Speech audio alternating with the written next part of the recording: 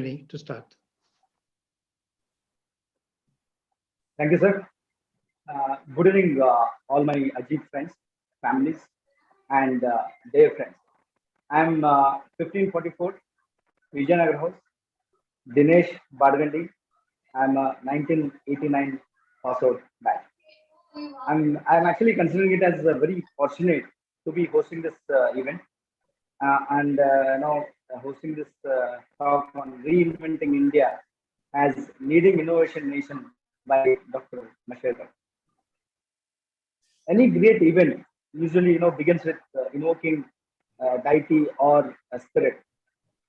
And for Ajith, our school has played a godly role in our life.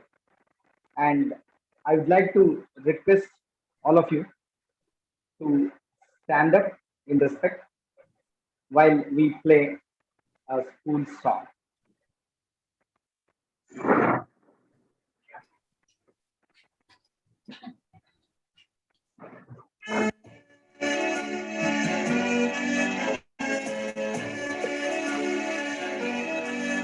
Our school is a nice and wonderful place where we are taught one and all to run life's race. Bright may be the light and great be its flame. Forever it will shine and long live its name. There's a grand school at Bijapura, ever flying a jeep colorful.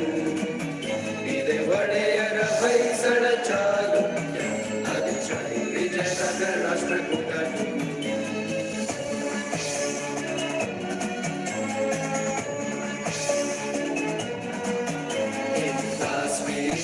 And play in the field. We strive to see and never to feel. It's a fond desire and everyone's wish to be Ajith, a big and to accomplish. There's a grand school at Bijapura, ever flying a jeep colorful. Be they vadeyara vaisada chalu, adichai Vijayanagar Rashtrakuta.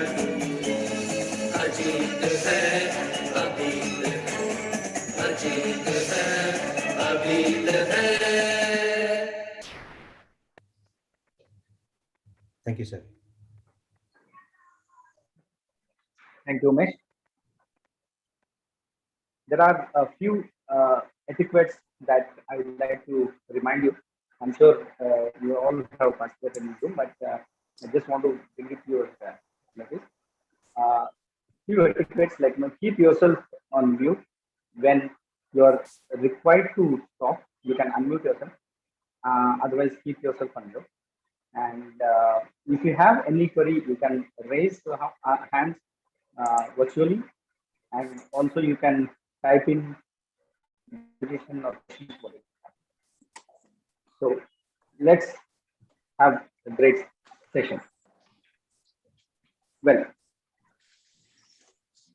that song was really a positive feeling. There is a question for audience here. There is a place called Torvi near Bijapur. If you can share what is Torvi known for? It's known for one famous temple.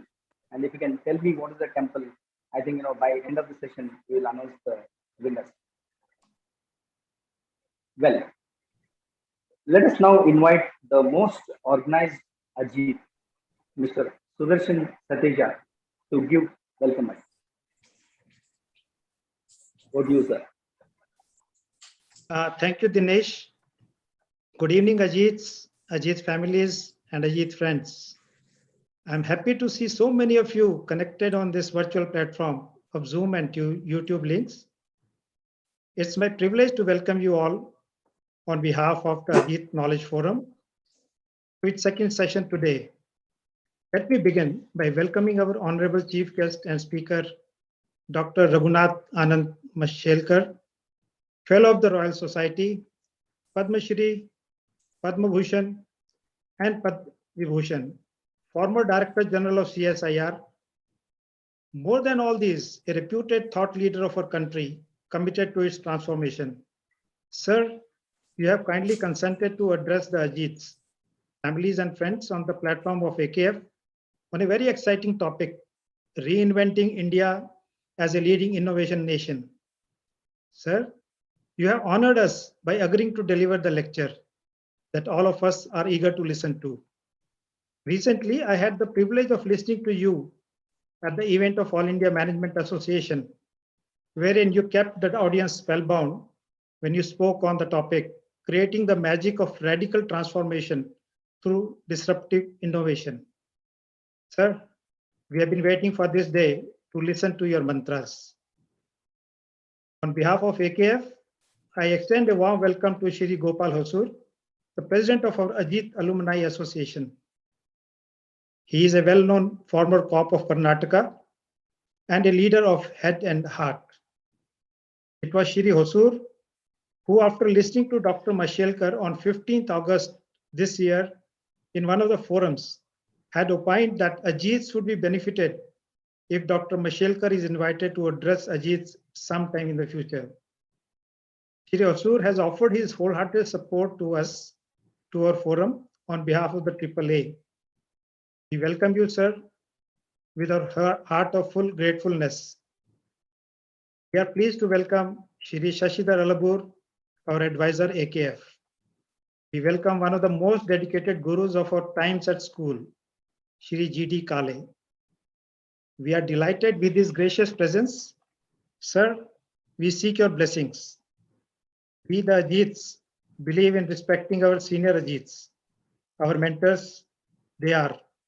I recognize the presence of Colonel BGV Kumar, Captain G.R. Gopinath, Squadron Leader Harsha Gaonkar, Air Vice Marshal Vikas Yajurvedi, Lieutenant General Ramesh Halgali, Shri Vishwanath Patel, Shri Sadanand Gunde, Commodore Sampat Desai, Advocate Sampat Kumar, Shri S.G. Patil, Shri Sanjeev Beth Mangalkar, Major General K.N. Mirji, Colonel Bhaskar Kale, Commodore Arvind Chigon, Dr. C.S. Hunchal, and all others.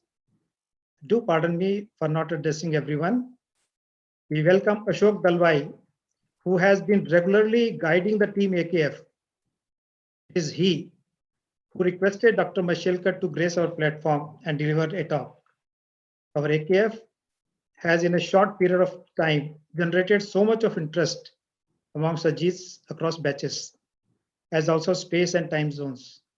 This is definitely visible from the large participation this evening. I'm happy to welcome our school family. I welcome respected Principal Captain Vinay Tiwari, Indian Navy, Vice Principal Commander Suruchi Gaur, Adam Officer Major Vikram Singh Sena Medal, all the respected teachers, other staff, and young students. You enrich our feelings and this evening too. I warmly welcome all of you, without whom we cannot think of our AKF platform. Our Ajiths, our Ajith families, Ajith friends, you all together are our family. You have motivated us by your presence. On behalf of all of you, I once again welcome our honored speaker, Dr. Raghunath Anand Mashelkar sir. Ajith hain, abhit hain.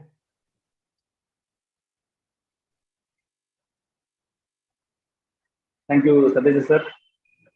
That was wonderful, and that shows the high voltage power of Ajit. That was only a glimpse, and you have a big list of successful Ajits.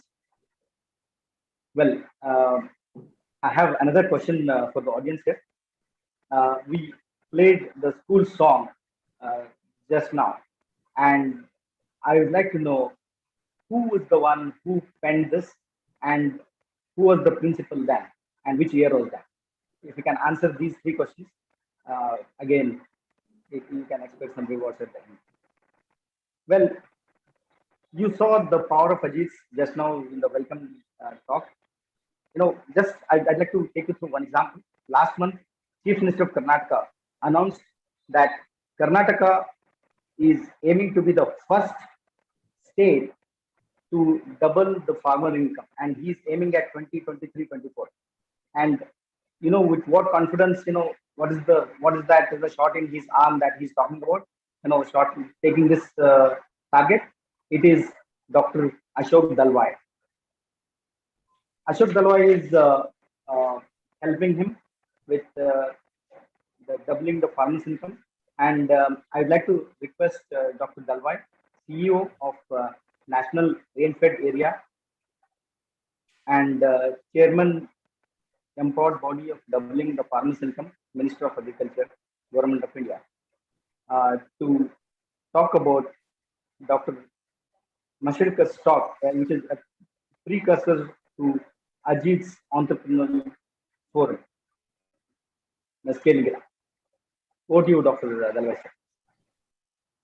Respected President Shri Gopal Hussoor, distinguished speaker and chief guest Dr. Raghunath Anant Mashelkar, respected principal of our alma mater, Captain Vinay Tiwari and his team, revered teacher Shri G.D. Kalesa, dear Ajith families, Ajith friends and children, namaskar to all of you. Why am I here, delaying your thirst to listen to one of India's most celebrated minds of our time? I needed a gentle push, including from our seniors, Gopal Hussoor and Shashidhar Alabur.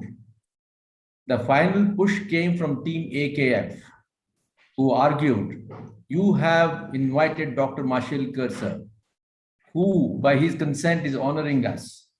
How then can you be so disrespectful to a man of immeasurable humility? The current consent of Dr. Mashelkar, a man with global reputation, is his gift to our knowledge forum. But for us to remain satisfied with this would be nothing short of a disrespect. For our guest, influenced by Mahatma Gandhi, believes that knowledge is to be used for the larger good of the country and the society. This is what we the Ajiths should keep in mind this evening as we listen to him. No sooner did our distinguished speaker humble us with his immediate consent to my call, I got down to researching about his work. Of the cornucopia of his outputs, the most that appealed to me was the three freedoms that he has enunciated. Political freedom of 1947, economic freedom of 1991, and technology freedom of 2008. As is well known, Dr. Mashelkar belongs to the domains of science, technology, and policy. He further belongs to the specific areas of science, invention, and innovation. These words resonated happy bells in my mind, riveted as it is these days on the annual of Ajith Alumni Association and its institutionalization. One of our very senior Ajiths, in a long chat that he had,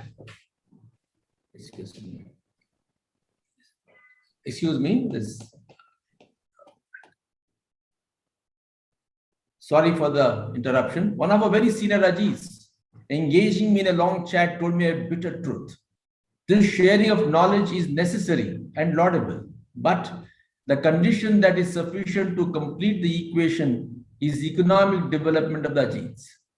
Given that most of us hail from humbler backgrounds, and given that the demand of our society today is creation of jobs, the AAA is morally called upon to promote an ecosystem that will handhold Ajiths, the young ones in particular, to embark upon this adventure. Most will probably be the first generation entrepreneurs and would therefore need to test themselves in the parameters of passion, risk management, and understanding of entrepreneurial environment. Sir, our eagerness to listen to you this evening comes from this selfish gene in our Ajith DNA. Innovation is not invention. It is not discovery either. It is an application of an already known idea at another location, in another context. It is principally driven by the desire to monetize and create jobs and incomes for self and wealth for the nation. The best known global example is the concept of Kaizen. This management practice was in the first place developed by the United States during the Second World War, calling it as training within industries, which emphasized on the existing workforce to pay attention to working practices and suggest methods for improvement themselves. Even as the Americans gave it up post the war effort, It was the Japanese who adopted it in their business and industry and evolved it as Kaizen, continuous improvement, to make the national economy register phenomenal growth in the second half of the 20th century. India has also shown sparks of innovative brightness across the domains, even during the pre-1991 period of command and control style economy, with little connect of science and technology vis-a-vis the enterprise. It was innovation that succeeded in creating business to bring in scales of economy by harvesting the bottom of the pyramid. Dr. Kurian-led White Revolution illustrates the simple innovations that the leadership brought to product aggregation, processing of the perishable, business management, and marketing to beat industry scale dairy operations across United States, New Zealand, and Europe. We have heard that necessity is the mother of invention. In situations where resources are not matchable with aspirations, it would be more appropriate to say necessity is the mother of innovation. In India, this goes by a rather derisive description called jugaad. We hear of innumerable examples of the resource poor and education deprived farmers, street vendors, roadside mechanics, footloose lumbermen, and similar several other service providers adopting reverse engineering to accelerate the pace of work and reduce drudgery. We need to recognize and respect these talents and offer them a facilitative environment to standardize and scale up production for market integration. Notwithstanding this need, we cannot remain blind to the more complex and competitive challenges of the 21st century, which compels a science and technology-led innovation. It is this that we wish to and look forward to learning from the guru of science, technology, and innovation, STI in short, Padma Vibhushan Dr. Raghunath Anant Mashelkar. In short, once again, RAM, Sri Ram, an acronym that is popular among his admirers and friends. May I share with our guest that our association, the Ajith Alumni Association, is embarking upon the idea of a forum that aims to bring together the Ajiths who already are into enterprise and those Ajiths who wish to or can be guided into enterprise. We wish to go beyond the conventional paradigm of inspiration and motivation and create an Ajith ecosystem wherein the knowledge is shared, infrastructure is aligned, incubation is enabled, and marketing is facilitated. To do this, we wish to learn as to how Ajiths can build supply chains, how they can identify potential for upstream and downstream enterprises, and how they can join force to create venture capital to take advantage of the new environment in our country that is generated by Atmanirbhar Bharat. Dear Ajiths, drawing upon the inspiration from Dr. Mashelkar and benefiting from his advice, let's embark on this new journey of Ajith entrepreneurship. It would help us to remember that we cannot do this all alone. We need, and therefore we shall invite Ajith friends to become our active partners in the spirit of co-partnership. Thank you one and all across the globe, and Ajith hai, Abhit hai. Over to you, Dinesh. Thank you, Dr. Dalwai sir. It's always inspiring whenever we hear from you. And I'm already getting goosebumps to quite eager to hear from Dr. Mashelkar. Just a few thoughts. People will know about Dr. Mashelkar soon. One of my colleagues, one of my seniors will introduce him in detail. But I recently looked at one of his tweets. Dr. Mashelkar's enigmatic and geniusness and his empathy for underprivileged is manifested in his recent tweet I was talking about. When he has made the member of August body of Tata Memorial Center, which now gave him rupees 60 per month, 60 years back as scholarship. And this is how the tweet reads. I'll just read it for you. Privileged to be appointed on governing body of Tata Memorial, especially happy to be nominee of Sir Tata Trust. You know why? It's a scholarship of rupees 60 per month, 60 years ago, that allowed me to continue my education despite of my extreme poverty. Such a humble background he comes from. And the topic that he's talking about today, in fact, it touches my heart because I run an initiative called Tare Zamin Par, wherein I go to these rural areas and create curiosity about science. We call it as spark of curiosity and Kannada Kutuhala the Kidi. And we have been able to reach more than a million, 10 lakh students so far. And I'm sure this talk of Dr. Mashelkar will definitely help me forward to the next level and new territories. Thank you, sir. I'd like to invite, we call him science man of our batch. I mean, the science man of Ajith, Mr. Shivprasad Kenneth, sir, who was handpicked to head the Prime Minister Museum in Delhi. Over to you, Shivprasad Kenneth. Thank you, Dinesh. Introducing this. You have to give me a minute, sir. You have to give me a minute. I'll just a second. I'll share the slide. Respected Dr. Mashelkar, sir, Gopal Husur, sir, Dr. Ashok Dalwai, Satija, sir, and distinguished senior Ajiths, fellow Ajiths, Ajith families, ladies and gentlemen, good evening to you all. It's a great honor for me to introduce our distinguished speaker, Dr. Raghunath Anand Mashelkar. In fact, I have known Mashelkar, sir, on various occasions. We have met him primarily due to the Nehru Science Center, of which I was the director.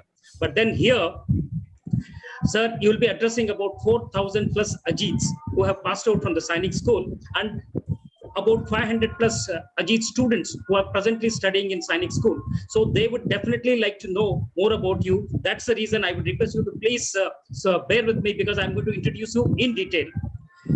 Dr. Mashelkar, coming from the humblest of background, has risen to the highest echelons of the scientific fraternity in India and has been befittingly recognized as a preeminent contributor to the Indian society.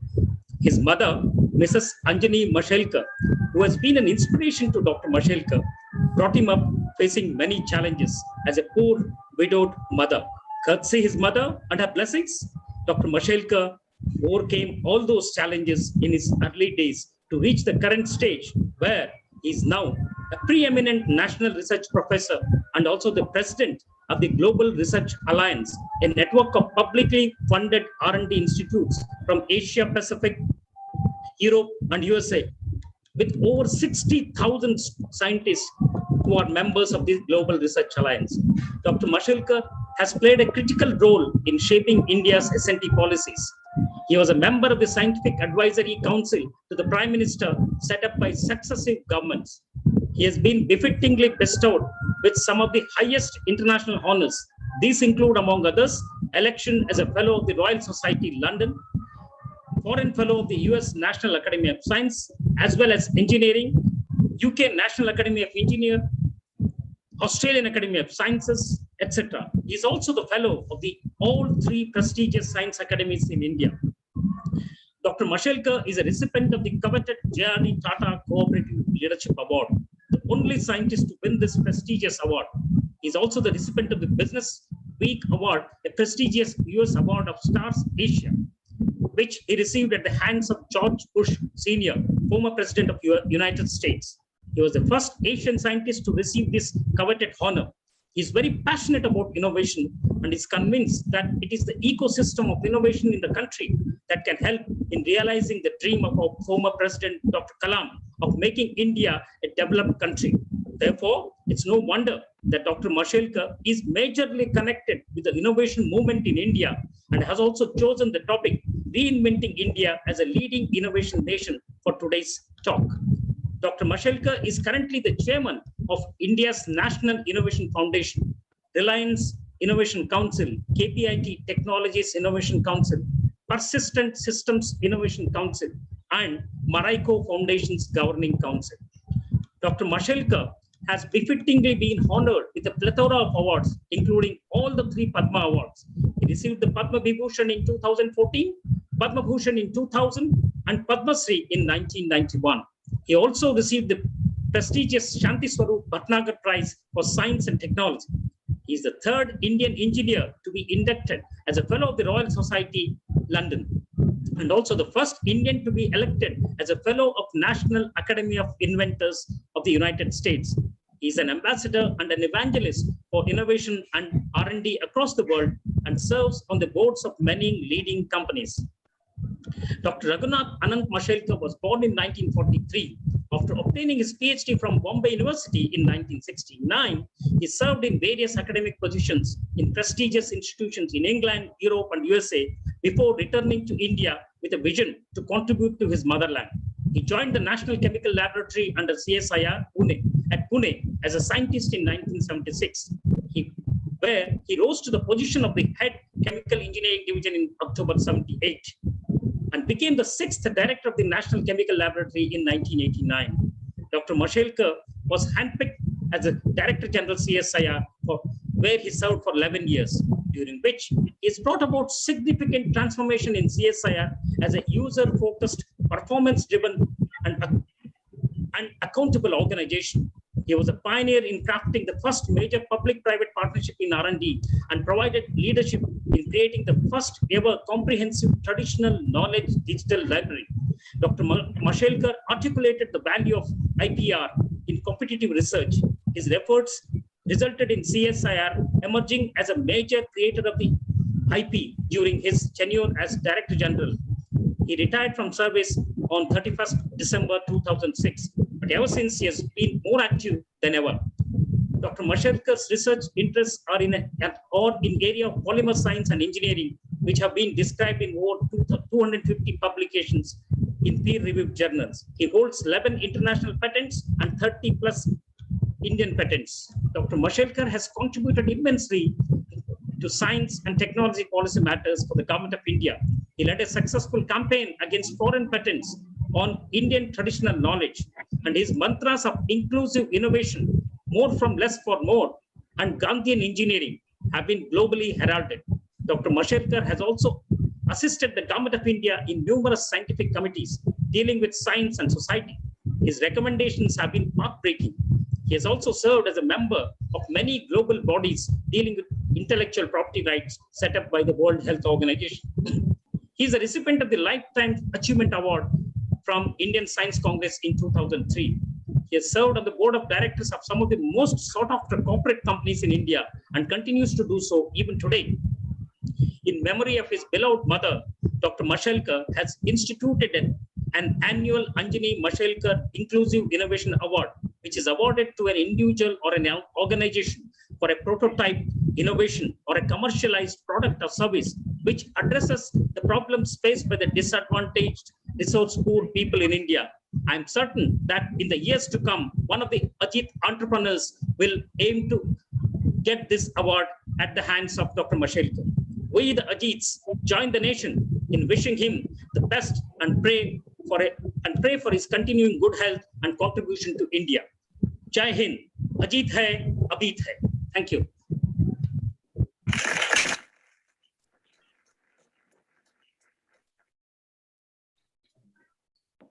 Dinesh, I hand it Thank you, over sir. to you. Thank you, sir. Wow, that's a great profile, and we are all Ajith here very fortunate to be hearing from him. Over to you, sir. I'd like to invite our chief guest. I don't think we can wait anymore. We're quite excited to have you here, sir. I'd like Thank to you. invite you. You can share your screen, sir. Thank you. Thank you, sir.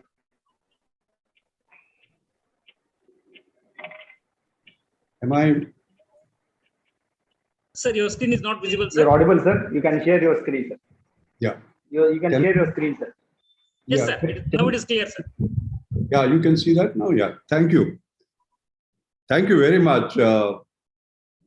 Such affection, such abundance of affection, such warmth. I'm overwhelmed. I must say, I'm really overwhelmed. Honorable President,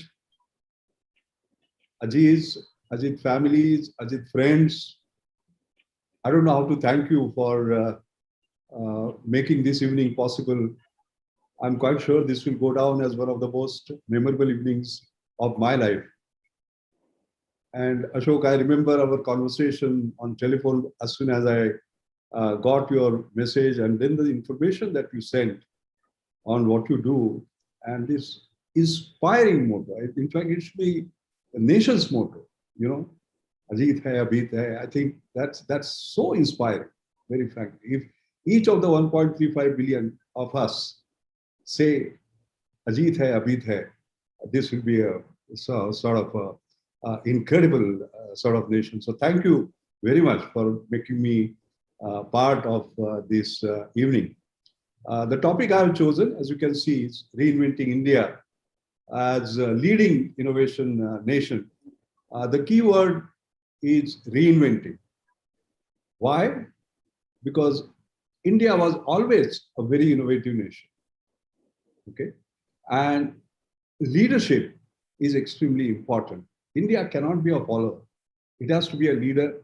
It has to show to the rest of the world what not only we do, but what others can do and follow. Are you able to see the next slide? Yes, sir. Yeah, okay. Yes. So if you look at going back a little bit, the decade, I mean the century that is gone by, I'm taking what Jen Nalekar had said in his book, 2003. And we can look back at pride, with pride. You know, Ramanujan's mathematics in 20s is still puzzling the scholars in Oxford and Cambridge. Meghna Saha's ionization equation, father of stellar astrophysics. S.N. Bose particle statistics, Boson, Bose-Einstein statistics, C.V. Raman's Nobel Prize winning work, and G.N. Ramchandran, you know, the triple helix structure. In fact, he should have got a Nobel Prize for that, far more complex structure than the double helix of DNA. And then I have kept a gap here. These are the first 50 years, by the way. And then after that, of course, what he puts down is what Atomic Energy Commission did in terms of nuclear power, green revolution, space program. In fact, I would say space, defense, and atomic energy, all three have done sort of a remarkable work. And then finally, I'm very proud to say he talks about the CSIR transformation, to which the reference was made a little earlier. So this is, now what do you find special about this? I think first of all, you will find that in the first 50 years, there are individual contributions, but world class. And in the second, these are collective contributions of the nation supported by the government towards a mission. Okay, so this has been the change. Now, if you look at one of the programs, for example, space program, we all know how we started. November 21, 1963, India launched its first rocket. And where are we now? On March 1, earlier this year, Indian PSLV rocket launches Brazilian satellite, the first commercial mission. Look at, for example, ISRO launching a record of 104 satellites on a single rocket. And of the 104, 101 were foreign satellites to serve the international customers. If you just see the Mars orbiter mission, for example, India became the first country to enter Mars orbit in the first attempt, and at a record low cost of 74 million, as against US mission costing $671 million. And in the same way, one can talk about what defense has been able to do. I've been a great admirer of Dr. APJ Kalam, Abdul Kalam. He has been a great friend. He has been iconic, and his predecessors and the current leadership, fantastic. In the same way, in nuclear energy, I will not have a chance to go through this. So I stand here as a proud Indian, admiring what we have been able to do. Now, if you see our science technology policy movements, we started with science policy statement in 1983. We had the technology policy resolution. Then 2003, we brought science and technology policy together. I remember I was the DG of CSIR at that time. 2011, science, technology, and innovation policy was brought in together. And of course, now we are talking about Startup India, Atal Innovation Mission, and so on and so forth. And there's a new science, technology, innovation policy draft under discussion. So you can quite clearly see we started with mere science, then went to science and technology, and then now we have gone to science, technology, and innovation. Now, if you see this global innovation index, which is for some 230 odd nations, and if you see our ranking and look at 2015 onwards, you will see we were 81, and from there we have gradually moved up to 46. Of course, this is a matter to be proud of, but I have written here a but. And the but is because look at the way China has moved. They were 29, now they are 12. Okay, so we should be proud of what we are doing, but can we do better? Can we have, because aspirations are our possibilities, can we raise our aspirations to a very high level and move much faster, much further ahead of the rest of the world? And this is the crux of my talk today. All right. How do we become a leading nation? At 46, we are not a leading nation. How can we? And that has to do, as I will argue out, with not just the power of our mind, but the power of our mindsets, our ability to think differently, to think ahead, to take risks and invent and innovate. My book, Leapfrogging to Pole Vaulting, came up in 2019. And I'll explain to you what the meaning of leapfrogging to pole vaulting is, because that is where we are talking about much higher aspirations. But what is very important is that when we do that, the subtitle of this is very important. It is creating the magic of radical yet sustainable transformation. India needs transformation, but it has to be sustainable. India needs transformation, but it can't be just incremental, moving so slowly. It has to be radical and it has to be rapid. How can we do that? Now, this I'm very proud to say won the Business Book of the Year award in 2019. And I must acknowledge Ravi Pandit, my colleague, with whom I had co-authored this particular book. Now, the question that you will have is that how do you think of the title? Well, as was mentioned, I've been chairman of Reliance Innovation Council, and Reliance believes in growth is life, and they always look at innovation as a way of life. But if you put these two together, then it becomes innovation-led growth. And as you can see, it is not just growth, exponential growth. Now, you can't do incremental innovation and have exponential growth. You have to do disruptive innovation, game-changing innovation to lead to and I remember once Mukesh and I were talking, about the way forward. And in some instance, he said, "Doc, we must leapfrog." So I said, "Hold on, Mukesh. Why does the frog leap?" He leaps because he's afraid of his predator. He's afraid of his enemy. And as a defensive action, he just jumps a few feet. Should we be doing that because we are afraid of our competitor? Should we not be pole vaulting? The size of the pole is the size of your aspiration, right? And the benchmark that you set up, you can keep on making it higher and higher and higher and higher.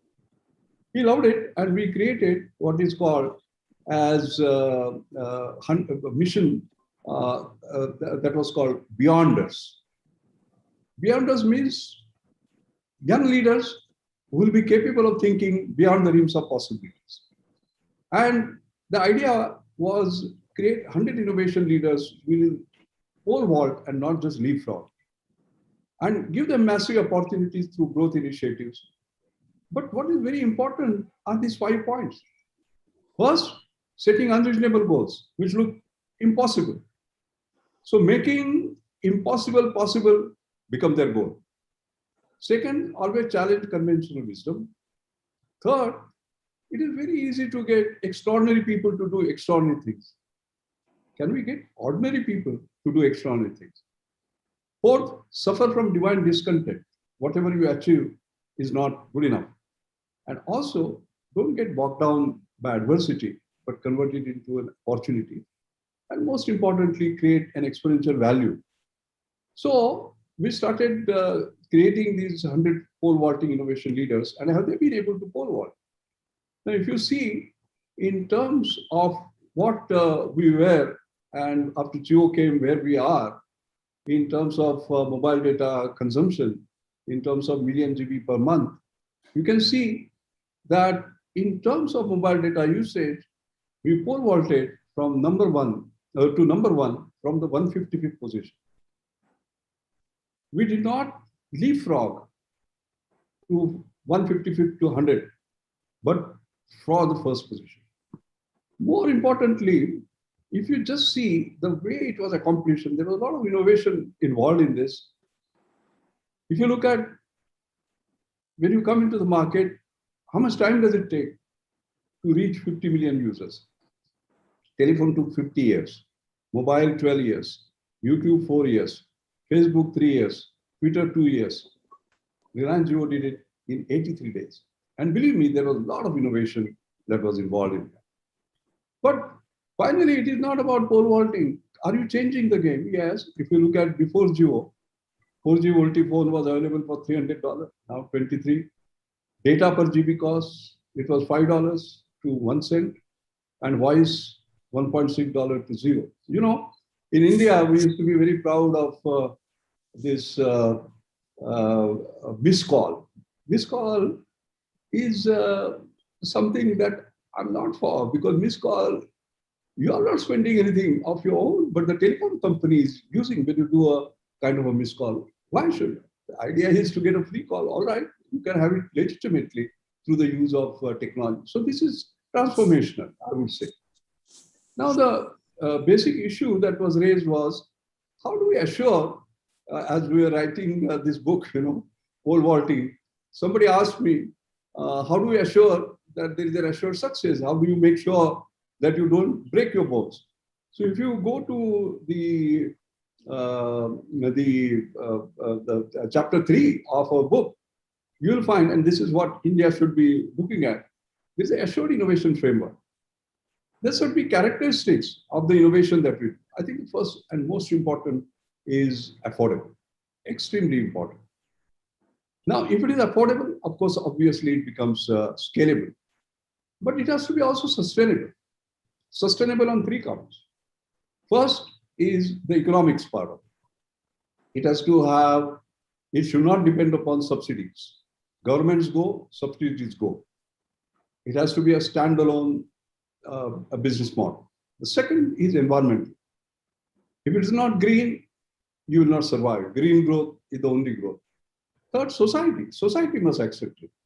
For example, society doesn't accept nuclear energy. Society does not accept, let's say, onshore wind. Society doesn't accept GMOs. That does not mean that society is right. But basically, when there is a resistance to that, there is a challenge. Next is universal. In a sense, it has to be user-friendly, the customer that we talk about. Then it has to be resilient. And in terms of technology, it has to be excellent, the cutting-edge technology. And finally, distinctive, and that is where the patents come in, because the reason one drives for patents is that non-obviousness, utility, novelty are essential for granting a patent. So there is no point in India keep on doing me too and follow. We have to become sort of leaders. That was the assured innovation framework. And we showed that assured is not static but dynamic matrix. It changes with time. It is fully quantifiable. For example, sustainability.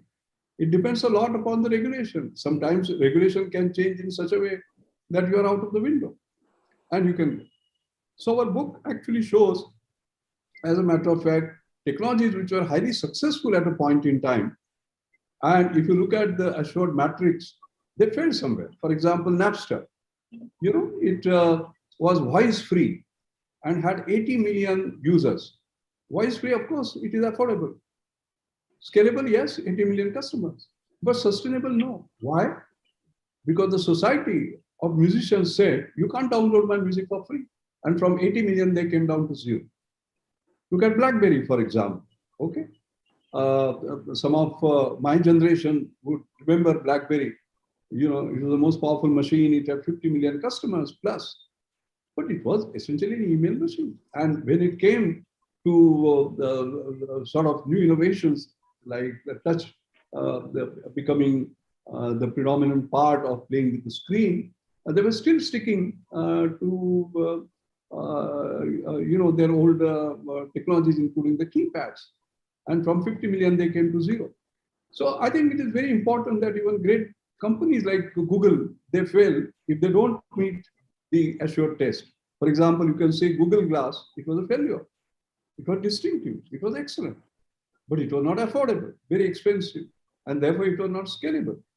It was not universal, not user-friendly, because when you are using a Google Glass, you do not know whether you are recording the conversation. If you entered a film theater, you did not know whether you were going to download the film, and so on and so forth. It didn't exist. But you look at our Indian innovation, for example, Jio. Is it affordable? Yes. You saw that 4 rupees per GB plus 0 voice. Scalable? Yes. 450 million customers. Sustainable? Yes. It is making profit. It is doing well as doing good. Universal, user-friendly? Yes. You can see both these ladies coming from completely different strata using it. Rapid? Yes. I showed to you how fast it has moved. Excellent? Yes. The state-of-the-art technology, 4G, 8G, and distinctive? Yes, in many, many different ways. So therefore, Indian innovation has to meet these assured metrics. And I'm very proud to say that this matrix is being used across the country now. In fact, when Honorable Prime Minister created this drinking water mission, I was made the chairman of the standing committee to select the best technologies. And we started using this matrix for screening. And it's incredible the way it has helped. Then it has gone to the corporates. They are using it for determining the sort of investments. In fact, the Bombay Management Association has now created an award called Best Assured Enterprise of the Year. And the first award went to Byju's, who have been doing very well. So this matrix is sustainable. I think the basic issue that was made earlier, a little earlier, and Ashok also mentioned about that. From idea to impact, how do you move? India is a land of ideas. India is a land of inventions. But how do you finally move the product in the marketplace? And this matrix becomes extremely important. Now, our nation has shown that it can forward. For example, world's fastest and largest financial inclusion through JAM, Jandan Yojana, Aadhaar, and mobile. Okay. Now, technological innovation is only one, but along with that, there is a business model innovation. There is a system delivery innovation. There is a workflow innovation. There is a policy innovation, and so on. And this is a terrific combination. There was a technological innovation. There was a system delivery innovation. There was a workflow innovation, and there was a policy innovation, the Jandan Yojana, and so on. And you can see what difference it has made during the pandemic now. What's fastest and largest jump in mobile data consumption? You just saw that. We pole vaulted from the 155th position to the first position. What's fastest and largest deployment of LEDs? You know, within 7 years, the cost of LEDs was brought down by a factor of 10. How? By demand aggregation, putting it together and then again creating the other systems. And from 0.8% penetration, it is 88% today. All right, just in 7 years. That's a record. In fact, I am a member of the jury of Queen Elizabeth Prize of Engineering. And this is a £1 million, 8 crore. And this is considered the Nobel Prize in Engineering. And last year it went to LEDs. And one of the powerful points I made during the contribution was that technology must be one which should be transforming not just the developed world, but the developing world. And I gave this particular example. I'm not saying that they won because of that, but these are the possibilities. World's fastest and largest real-time digital payment transformation, for example. We have so very quickly moved. I think the central point we want to make is that if we act as Team India, if we sort of put our forces together, might together, we can make the difference. And I suppose each one of you listening today can see what is it that we can do individually, institutionally, as our enterprise by which India can pole vault. You know, I'm getting old. I don't have much time at hand. I like to see things happen in my own lifetime, just as all of you would. And therefore, this becomes very important. So I think what I'm basically talking about to become a leading innovation nation is forget about following. We were following and fast following. Yeah, fast following. Anytime any new drug came up anywhere, within 18 months, we would copy it and create. And that was important because that created the generic industry. But from fast following now, we have to become leaders. We have to become the first. Not copying molecules, but creating our own molecules. And not just leapfrogging, but pole vaulting. One would like to see this change come into play. Now, you might say the enterprises, I've given the examples of the Reliances and others, etc. Can government inspire pole vaulting? Of course. I will tell you from my own experiments in the government. In the public domain, when I was the director of National Chemical Laboratory, I created a kite flying fund. What is kite flying? The chance of success may be 1 in 100, but I will support it. Of course, I kept only 1% of the budget, otherwise I would have lost my job. But the fact that it does not matter, this crazy director is supporting risk-taking, even if the idea has 1 in 100, made a difference and people came out with some breakthrough. When I went to CSIR, I didn't want to call it kite flying fund because the parliament was just 1 kilometer away and there will be questions on how government funds are being used for kite flying. So I thought it's a new idea. And it is incredible.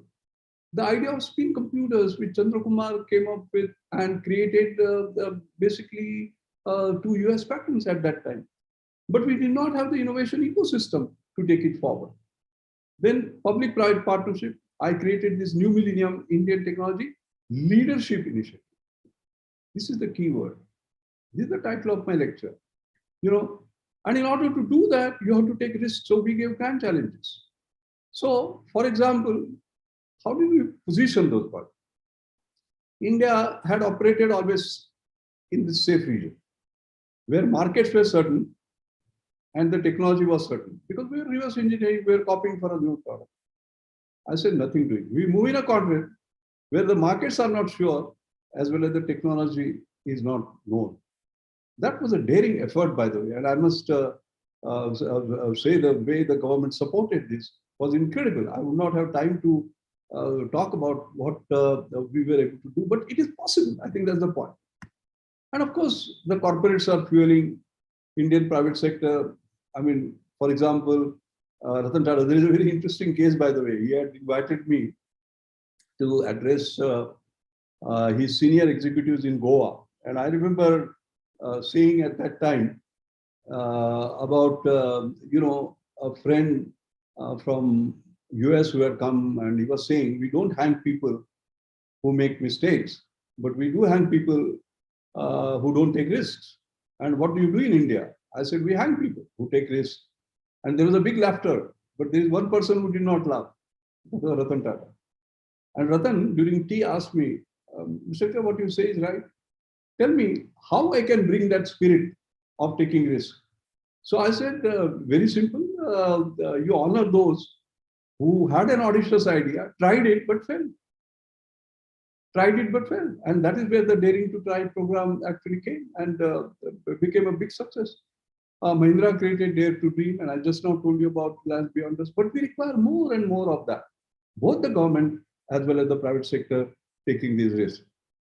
Now, we saw, I mean, you saw my unhappiness that we are only at 46 and so on and so forth. But, you know, we have to acknowledge that there are certain things in which we are undisputed leaders. And the kind of indicators that Global Innovation Index uses, by the way, and I'm on their international advisory board, and I have this constant quarrel with them, basically for last 7 years, 8 years, that sometimes you measure something that doesn't count, and you count something that does not make a difference. Whereas in this particular case, India has changed the directory of innovation, and that is inclusive innovation. If you see the frugal innovation, inclusive innovation, Gandhian innovation, reverse innovation, these are the words that did not exist earlier, and they have become now commonplace. So let me tell you about how this has happened actually. In 2008, I remember I was honored with Australian Academy Fellowship, and I was the first one in 34 years. So I said, since they have honored me, they don't know enough about India, because I could list out 100 people who are better than me. So I said I must give them something which they will, it will have a typical Indian flavor. So the title of my talk was provocatively Gandhian engineering. And of course I said, you know, computer engineering, you know, mechanical engineering, you know, metallurgical, but you don't know Gandhian engineering. What is Gandhian engineering? So I took two tenets of Gandhi, Mahatma Gandhi. First is, he had said, earth provides enough to satisfy everyone's need, but not everyone's greed. That means use your resources more and more carefully and get more from less. And the other one was, I would prize every invention of science made for the benefit for all. That means do it for more and more people. Combining the two, it becomes more from less for more. And this Gandhian engineering, getting more performance from less resource for more people, became the MLM mantra, by the way, and became very, very popular. And this is like getting access equality despite income inequality. Look at the income inequality, 1,0:1, but access equality is 1:1. So that became possible. And this mantra I started spreading around the world. Late C.K. Prahlad was a great thought leader. This was his last paper that he and I wrote in Harvard Business Review. Innovation's Holy Grail, MLM, more from less for more. And this is now cited as among the 10 must-read papers in innovation. Not only that, after this paper appeared, World Economic Forum picked up the theme immediately, and they created a special session on more from less for more. And then, of course, I was giving examples of how India is doing it. Like, for example, high-quality hepatitis B vaccine, 40 times cheaper, not 40%, by the way. Okay, and used by UNICEF, so high quality is assured. High quality cataract eye surgery, for example, 100 times cheaper. Not because the costs are low of doing things, but the way it was done, the workflow innovation that Arya Vidyashala did, tremendous. Then high quality open heart surgery, Narayana Rudalia, for example, Great Devi Sethi, 20 times cheaper, but quality comparable to the sort of New York surgeons. And high quality artificial food, 300 times cheaper, that is Jaipur food. In fact, I don't have time, but normally I show a film where somebody wearing a Jaipur food does a kilometer in 4 minutes, 30 seconds. And then I ask the audience, how many of you can do? And not even 1%, 2% hands actually go up. These are the kind of innovations that India has done. Okay, and one is very proud. So this message kept on spreading. For example, this talk of mine has been translated in 23 languages. And I remember going around the world, as a matter of fact. As you know, the journey began in Canberra, Melbourne, and then I was invited to speak here. And in Washington, I remember talking to World Bank, and they immediately understood its importance. And they created a $55 million inclusive innovation program for Vietnam. I remember going to Asian Development Bank in Manila, for example, and they started creating programs around that because they knew it's good for the people, because it is for more and more people, not just select few. I remember I was invited to European Union addressing some 2,000 scientists, and they included this program in their Horizon 2020. Beijing, China is way ahead of us, we agree, but China accepts that when it comes to inclusive innovation, we are ahead of them. And I remember they had invited me as a World Bank expert to create an inclusive innovation sort of strategy for them. The other places that one went to, Colombo and Cape Town, Pretoria, Medellin. There was this World Association of Industrial Technology Research Organizations. So this message was spread kind of all around, and it is amazing the kind of impact that it has had. Because inequality is not our problem, by the way. Inequality is all around the world. America has inequality.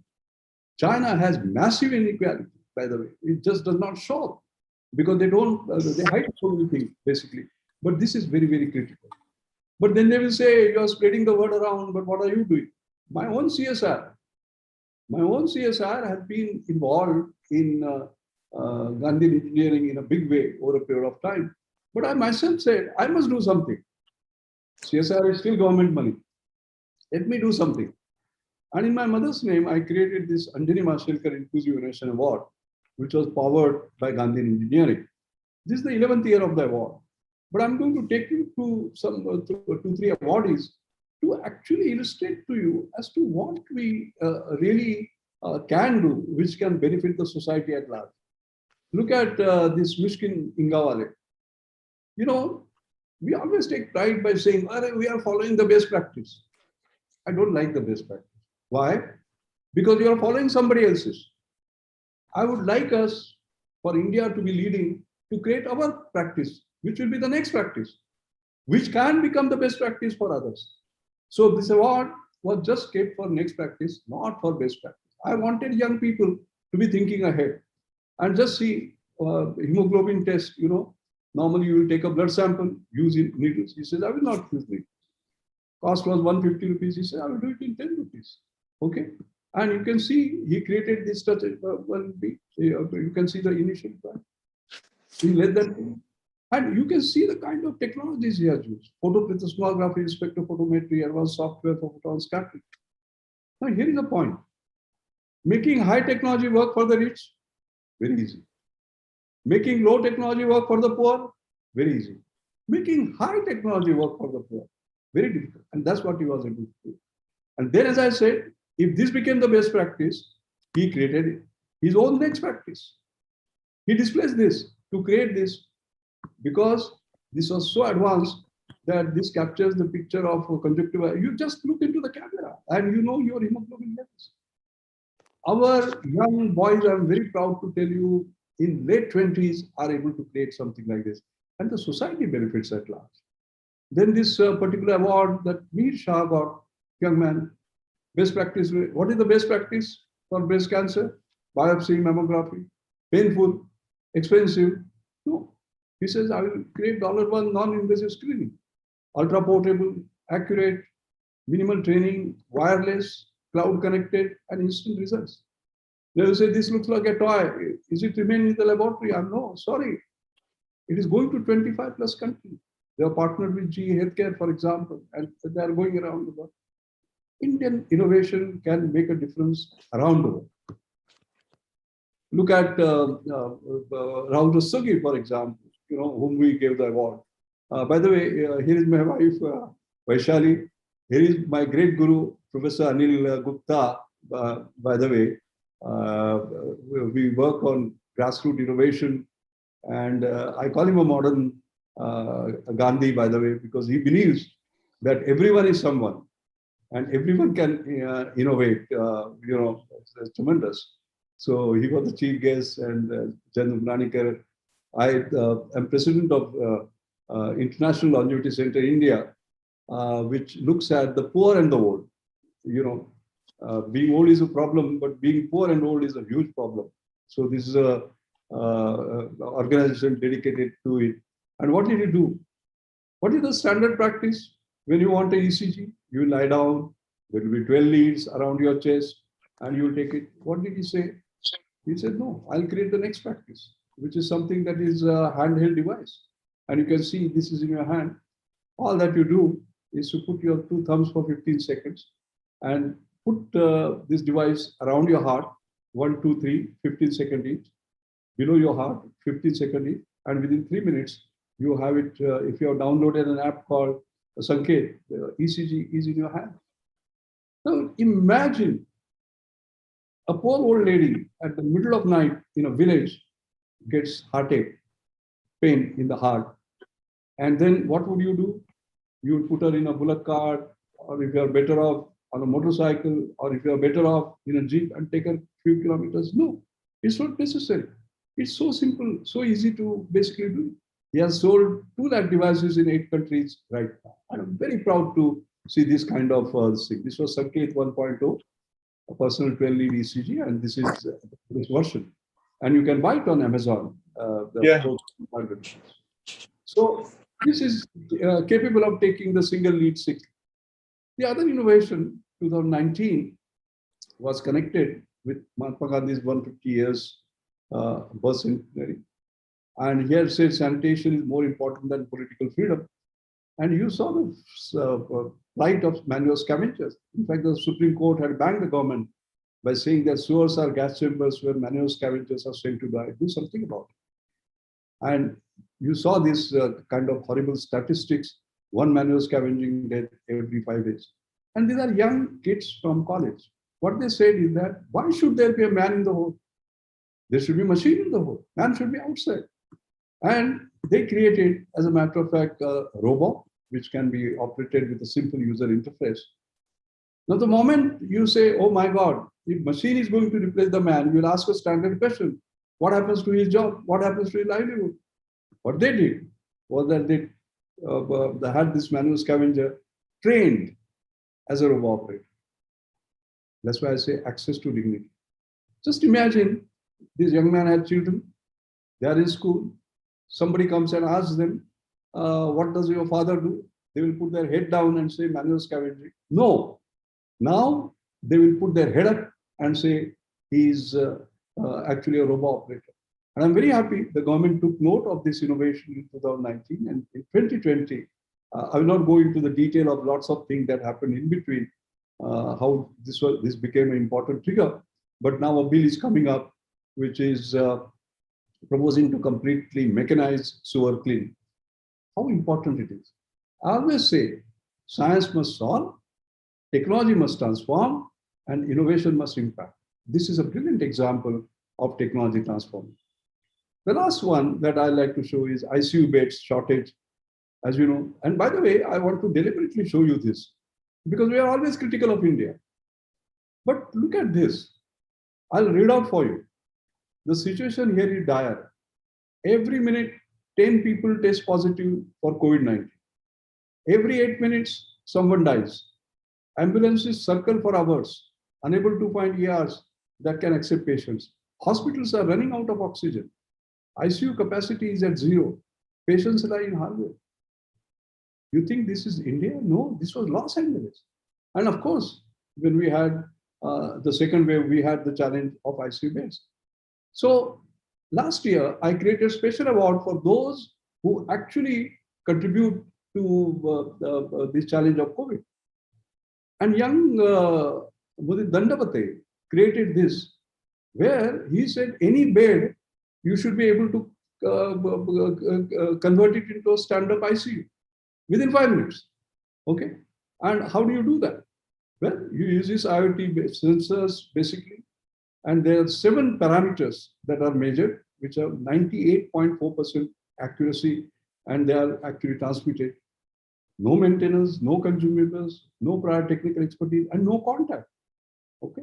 A nurse which would monitor 10 patients can now monitor 100. And this was used across India, for example, during the second wave. 4,000 plus beds were converted, 10,000 patients monitored, and 25,000 nursing hours saved because we were falling short of nurses. But most important part was that it uses AI, artificial intelligence. And therefore, when a doctor takes a round in a 100-bed hospital, they go in that order. No. Now they identify those 4 who need to be moved to ICU very, very quickly. A young Mudit Dandavate in India has done it. Don't you feel proud? One after the other, these 4 or 5 examples that I have shown you. And I'm very happy that this is now becoming a national awards now, the Gandhian Young Technology Innovation Award. You can see our president here, our former Minister of Science and Technology, our great guru, Professor Anil Gupta and Ashutosh Sharma. So I'm very happy that this is getting now institutionalized, so as to say. Next point, I will finish in 10 minutes. Education disseminates known knowledge. Research converts money into knowledge. But innovation converts knowledge into money. So therefore, our institutions must be able to do all three. And most important is education. It starts all from there. There is a discussion about which is the most powerful equation that has been created ever. And somebody said Newton's, force equal to mass into acceleration. Somebody said, no, Einstein, E equal to mc square. His energy, m is mass, and c is velocity of light. I was sitting quiet there. I said, none of these. Then they asked me, what is it? I said, the most powerful is E equal to F. And they were confused. What is E? What is F? I said, education is future. Now you would say that this is true, but do we realize, the society realizes this? Yes, of course it does. Look at this lady. How poor she is. She doesn't even have proper daily. Look at where she's staying. But she is preparing her daughter for the school. She realizes the importance of equation E equal to F. But then you would say, still it doesn't prove. You are a scientist, you are given the equation, you must prove it. I'll prove it to you. The proof comes on 17 March 2000. What happened on that day? K.R. Narayanan, late K.R. Narayanan, our president, honored me with a Padma Bhushan and also honored Ratan Tata with Padma Bhushan. He said, but you will say that doesn't prove equal to F. I'll tell you why. K.R. Narayanan was born in a very poor family. He used to walk several kilometers to go to school. His parents were so poor that he would stand outside the class and take note because they didn't have money to pay his tuition fees. And a miracle happened. He got Tata scholarship, and the rest is history. He went on to become president. My life was something similar. I was born in a very poor family in a village called Mashelkar in Goa. My father died when I was 6. My mother was illiterate. She brought me to Mumbai. She would do menial work to bring me up. 2 meals a day was a challenge. There are a number of nights when I got hungry. I walked barefoot until I was 12. I studied under street lights. In SSC, secondary school certificate exam, I stood 11th among 135,000 students in Maharashtra state. And yet I was going to leave school and take up a job. And then a miracle happened. I got Tata scholarship.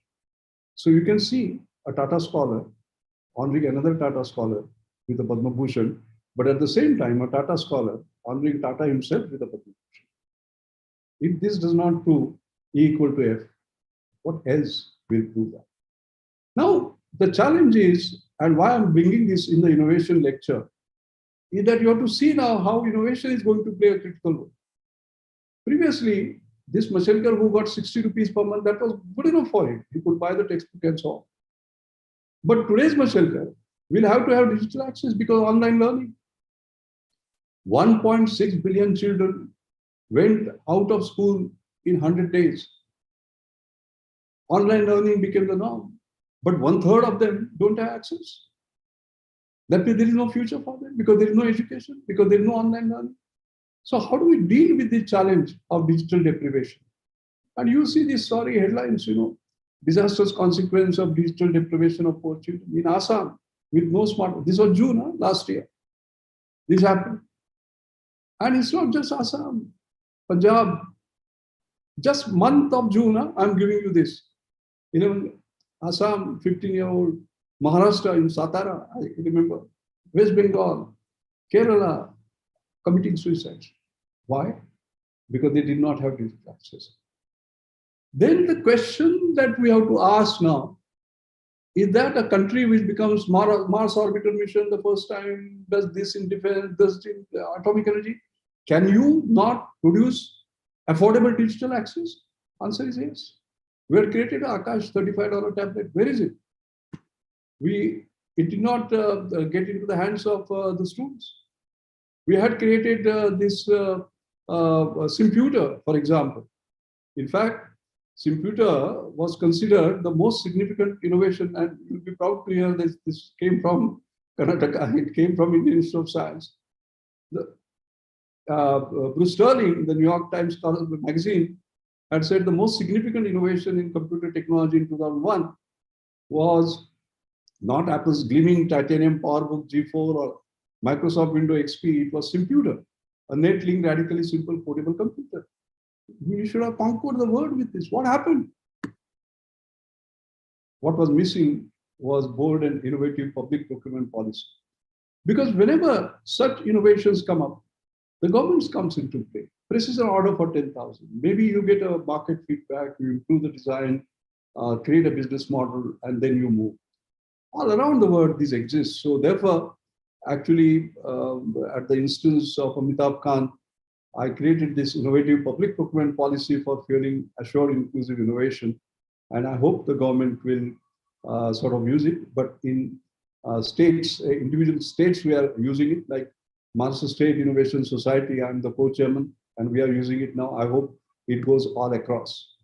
And not only that, recently I submitted my report on the NEP 2020. How do you sort of create the Rethink, Reimagine, Reinvent Higher Education in Maharashtra? We presented to the Chief Minister, and we have recommended free digital access to all students. Roti, Kapda, Makan, and Internet has to become the order of the day as far as, and it's a fundamental right, as a matter of fact, for the students.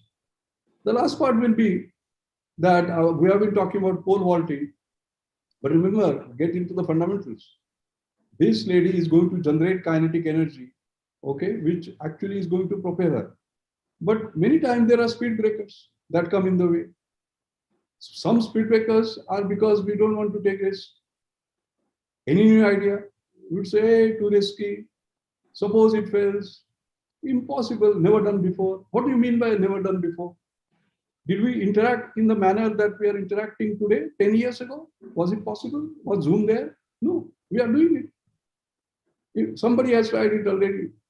And if your English is good, you're scared, you say, let me play devil's advocate. But it means the same thing, I'm scared. So therefore, when I give this talk to the corporates, I say, put all these 5 outside your boardroom and say, anybody who utters any of these, just throw him out. Otherwise, you will not make a difference. And the common speed breakers reducing the kinetic energy are, of course, complacency. You're in the marketplace, you're doing well, right? Cynicism, risk aversion, sometimes vested interest outside fields, bureaucracy. I don't have to talk about this in India. And of course, restrictive regulations can be sort of speed breakers. We must, so therefore, for an idea to make an impact, finally, all these speed breakers must actually go. And I would say it is all about leadership now. We have to create pole vaulting leaders. They will find opportunities where others see nothing. They will convert problems into an opportunity. They will set quantum goals. They will drive discontinuity, and they will bet on risky ideas. And I'm very happy now that our Honorable Prime Minister started this movement on Startup India. And I would say that let's get into the fundamentals, that a great startup will depend upon talent, technology, but most importantly, trust. And here's a story about this. So this is a tripod. If one of them is missing, it will fall. Okay? Let me tell you a story. See, I was on the External Research Advisory Board of Microsoft. And I remember once we had a dinner come discussion, Bill Gates had come to Delhi. I was there, Nandan Nilekani was there, Arun Mahara was there, Anand Mahindra, and so on. And then actually, Bill Gates told us a very interesting story. You know, he said that he was invited to give the commencement lecture in Harvard. And when he was, and he narrated a story, and he said, I'm the most successful dropout from Harvard, which he was, of course. And then he told us a story about how when he was young, just 18, 19, there was a company in Albuquerque which was going to manufacture hardware. And he said, I will give you software. And he said, I half thought that they will keep the phone down. And 18-year-old in the early days of computer offering software. You know what they said? They said, wait, we are not ready yet, come after a month. And what Bill Gates told us was interesting. He said, thank God they said come after a month, because I did not have the software that I was offering. See, they had trust in him and he had trust in himself. That is what we need most importantly in India. And I'm very happy to see there is a new vibrancy in India's startup ecosystem now. We see investments in the first 6 months have been $27.1 billion, 51 unicorns, which are $1 billion, 32 sunicons, which can become unicorns within 2 years, 54 minicons, 30 states and UTs have competing startup policies, like I mentioned. 623 districts have DPIIT recognized startups, and UPI plus RBI support for fintech startups is creating a revolution. That's wonderful. But let us remember that we have to have an ecosystem. The government with policies and schemes, and I must applaud the government, different governments, including Karnataka government, Kerala government, Maharashtra government, Union, our central government, they're all coming out with policies and schemes. We are spreading the incubators and accelerators, angel investors, that becomes very, very important. Venture capital. Venture capital has to become adventure capital. You know, it cannot be vulture capital. That is very, very important. Private equity, stock market exchanges, the listing is happening now. The corporates actually are looking at talent and technology. And I'm very happy to see that with mentors, advisors, if we build up this entire ecosystem, I see no reason why we can't. But most important is talent, technology, and trust. Trust is very, very important. So my wish list for India to become a leading innovation nation, we require revolution, not just renovation. We should not be just creating products that are first to India, new to the world, not just to company or country. Unprecedented cost performance features, like I give several examples, entirely new products and services. And as I said, next practice, not just best practice. I remember getting this Tata Corporate Leadership Award in 1998. That itself was innovation, because I'm a scientist. And this, of course, I got for transforming CSIR. That's a different matter altogether. And I remember at that time, innovation was not such a buzzword. And I had said, finally, 1999 should be the year where we should launch a powerful national innovation movement to propel us into the next millennium. The I in India should not stand for imitation and inhibition. It must stand for innovation. The I in IIT must stand for innovation. The I in industry, the I in CSIR must stand for innovation. The I in every individual Indian must stand for innovation. And I had ended my lecture by saying that is only this innovative India that will signal to the rest of the world that we are not a hesitant nation, unsure of our place in the new global order, but a confident one that is raring to go and be a leader in the community of nations. And finally, we must build an ecosystem, comprising physical, intellectual, cultural constructs with critical innovation support systems, right from education research institutes to all these incubators, accelerators, etc. Government, society, public procurement policies, IPR regime, balanced regulatory system, strategic design standards. And we have to talk about innovation-led accelerated growth and accelerated inclusive growth, and then we can become a leader with assured innovation. And remember, then we have to move from discover to innovate to make in India. I'm not very fond of make in India as in assembled in India. We must have innovate in India and make in India. I'd like to end finally, because I'm 78. I've learned a lot by failing and learning. I thought for my student friends, because I understand there are a number of students, I'll leave them with 5 mantras that I learned in my life. The first is, aspirations are your possibilities. Keep them high. But for you as well as for our society, our beloved nation, that's extremely important. Second is, young people nowadays require, they ask for instant success. I want to assure them Like instant coffee, there is no instant success. I'm 78, but I do 24/7, day after day, week after week, month after month, year after year, and will do so till the last day of my life.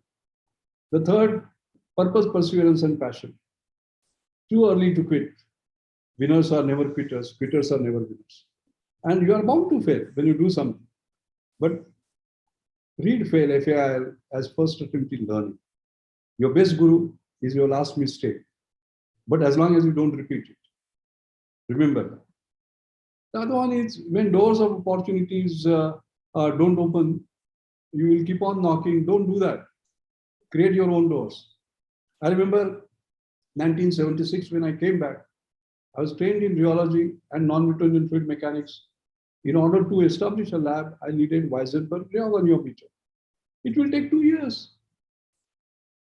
Country did not have foreign exchange, digitally clearance, not manufactured in India. So that door could not open. I shifted my field. I said, what am I good at? This, God has given me the brain, that equipment. I don't need to import it. I have it. And I went into modeling and simulation. And within 5 years, I got the SS Bhatnagar Prize, which is considered as the highest prize for scientists up to 45. But supposing I kept on knocking on those doors and waited for 2 years, what would have happened? So create your own doors. And finally, no limit to human endurance, achievement, imagination, excepting the one you put on yourself. And I would like to, pay my respects to my great guru, Professor Sena Rao, Bharat Ratna, and he has been in my inspiration. So let me tell you a little story and I will close. I remember I became FRS, Fellow of Royal Society. Now, scientists will know it is considered as a very high honor. In fact, when I became FRS, one fellow wrote to me, one fellow of Royal Society, enjoy it, because there are only two greater things that can happen in your life now. One is Nobel Prize, and second is death. One is certain, another one is uncertain. So, and there are only, now there used to be 3 engineering scientists in 360 years who have become fellows of Royal Society from India. My friend Ruddam Narasimha passed away. He was a very, very great man. So he was one, and the remaining 2 are myself and Professor Sharma. It is so difficult to become one. 3 in 360 years. So that was a high honor, and I called Professor Sena Rao. I said, sir, I will become FRS. I thought he will say something great. He said, no, not bad. I got disappointed. Then another honor came. Finally, National Academy of Inventors, I was the only one, not one of the 3 and all that. Still, he said, not bad. So I said, sir, what do I have to do to impress you? And what he said, I would like to leave that as a message. What he said at that time was, he said, Mashelkar, you are climbing on a ladder of excellence, which has no limits, excepting the limit that you put on yourself.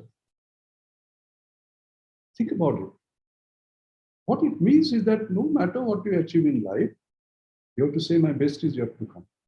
And therefore, my message, whether you are 18 or 80, is every day in the morning, in the last day of your life, you can say, my best is yet to come.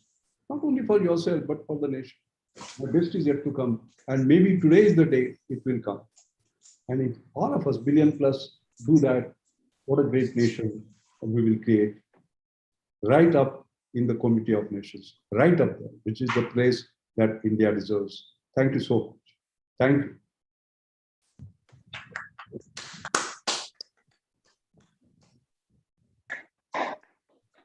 I think, this is highly inspirational, sir. Thank you so much. I think the fortune at the bottom of the pyramid, Dr. C.K. Prahlad, what he came out with, I think there is another meaning to that. The fortunes can be created by only people who have seen the bottom of the pyramid. I think people who have seen the problems in the society, only they can create such a valuable inputs to the society. I think I would like to thank Madam Anjali Mashelkar ji for blessing India with such a pearl. I mean, thank you so much, sir. This is highly inspiring. And I would like to call our senior Air Vice Marshal Vikas Yajurvedi sir to share his remarks.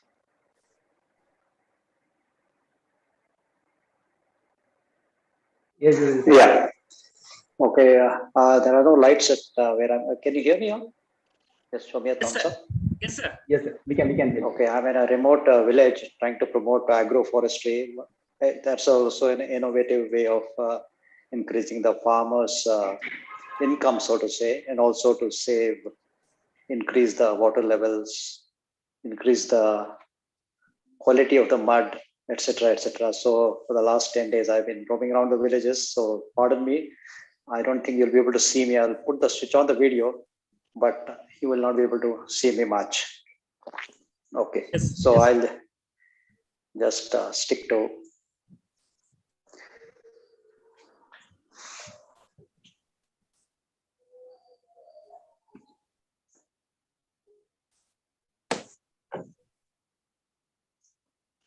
Okay, I just wanted to start with think out of the box is the most popular saying as far as innovation is concerned. And why don't we think as much out of the box as we ought to is because we have been boxed. Who boxes you? You yourself. How do you unbox yourself? You can blame the education system.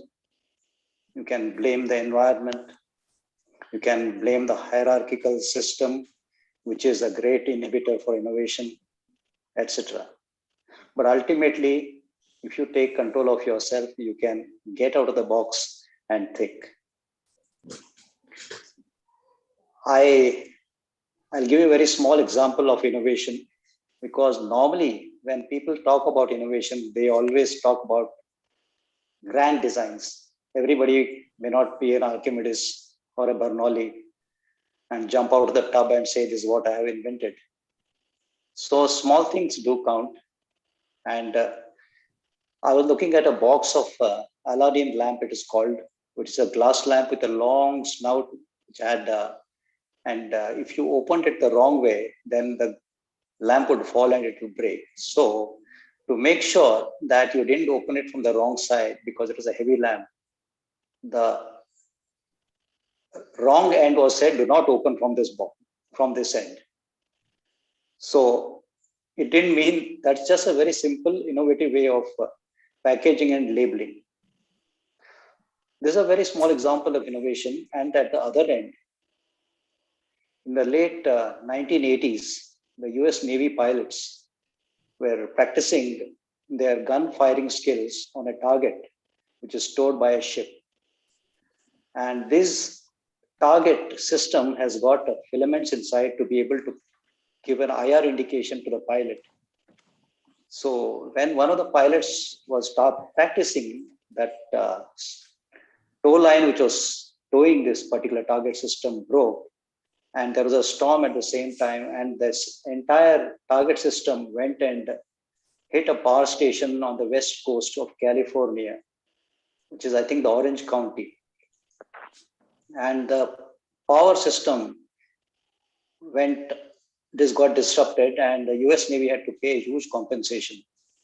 From this came a innovative idea. Ultimately, the first Tomahawk cruise missile, which was made and launched in the Gulf War, and the Operation Desert Storm, had filaments contained in the cruise missile, which went and sprayed it, opened up the cruise missile and dropped it. These filaments, when they dropped on the electric grid, 80% of Iraq's power system got affected, and it became a blackout bomb. So from a very, very small things, you can innovate. How does it happen? It happens because we need to observe. Observation, I found in my lifetime, is a great tool for innovation. When you observe, and there is no better way, there is no better system to observe than the nature, because nature is full of physics. All the formulas which we learn, whether it is F is equal to M into A or momentum is something else, comes from observation. And today, I believe the education system has taken a different turn, and a lot of innovators are in this, and I really hope that takes shape. Indians by itself are very poor listeners. You will find that when you talk, it is a system in India that somebody would be either nodding his head in affirmation or shaking his head sideways. So they're already formulating a response to what you're saying. As such, you become a poor listener and a poor observer, which actually is a very, very big inhibitor as far as innovation is concerned. Admitting that you do not know is the first step to innovation. And questioning is a great tool for, however, the hierarchical nature of our system sometimes inhibits this. We seem to reward intellect rather than intelligence. There is a bit of a difference between the two. Today, we are in the knowledge world. Today, after retirement, I came to know how a solar system works in the solar water system, rather, how to plumb it, how to dig a borewell in my apartment area, what is a three-phase supply. All of it, I wasn't a big expert on this. Today, I can talk at length on all these subjects only because the knowledge is available on the internet. So knowledge can be gathered easily. So that is intellect. So you can keep dissecting it more and more and be able to reveal things which will be understandable. There are methods by which you can learn. YouTube videos are so good in explanation that anybody can understand anything. However, because our fundamentals have been weak right from the beginning, we seem to have built our knowledge system and onto the drawing boards. Whereas translating from the drawing board to fabrication has one of the weak areas in our, which means we basically do not allow our children to take things in their hand and start doing things so that they can translate the knowledge into, and to be able to connect their intelligence, which is inherent in every human being, directly to innovation. So you're taking a shortcut. Otherwise, it will become a very long method of innovating. Necessity is certainly the mother of invention. And someone very nicely said, winners don't do different things. They do things differently. So when you try to see a standard operating procedure which is in existence, we like to make it more and better, especially in the bureaucratic system of our public sector.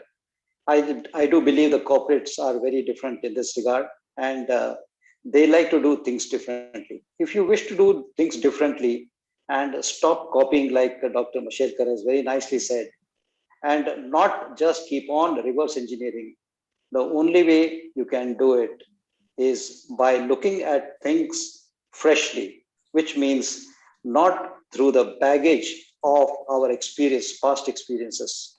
So when you look at any system which is nature provides you with a fresh look, I believe you will come up with something which you have never really thought of. And that is only possible when intelligence connects you to the nature, which is full of physics, chemistry, mathematics, everything which you learn. A very small example, I had wanted to see what a 12th class physics books look like. This is about 10 odd years back. And there was a chapter on fiber optics.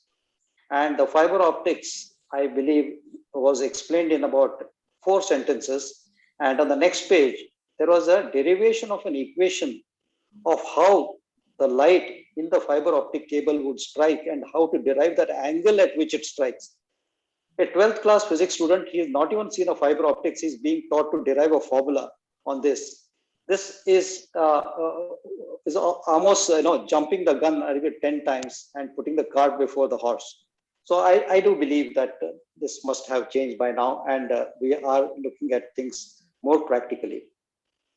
I was taking an interview for an Air India pilot selection. So I said, I was actually an observer, and they told me, I said, why don't you ask a couple of questions? So I said, I'll not ask very complicated questions about logic and theories about how an Airbus behaves, etc. So I said, can you explain me the difference between mass and weight? And very few could answer the question. So I do believe that we need to understand our fundamentals much better so that we can build upon it and go to innovation directly. There is a person called Edward de Bono who is a great innovator. And for decision making, he came up with a thing called a 6 thinking hats.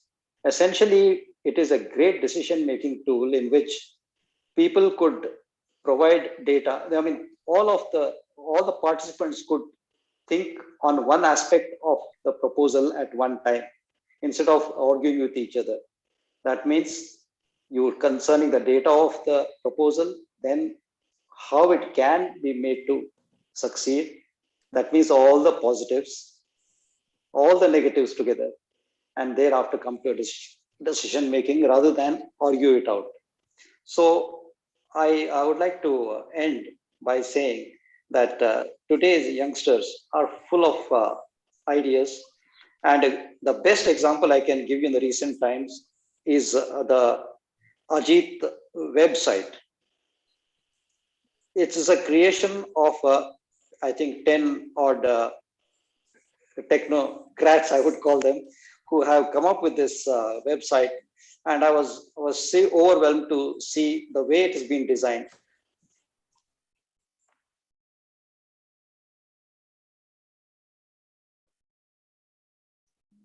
Going to really warm the heart of every Ajith, because it is made with passion.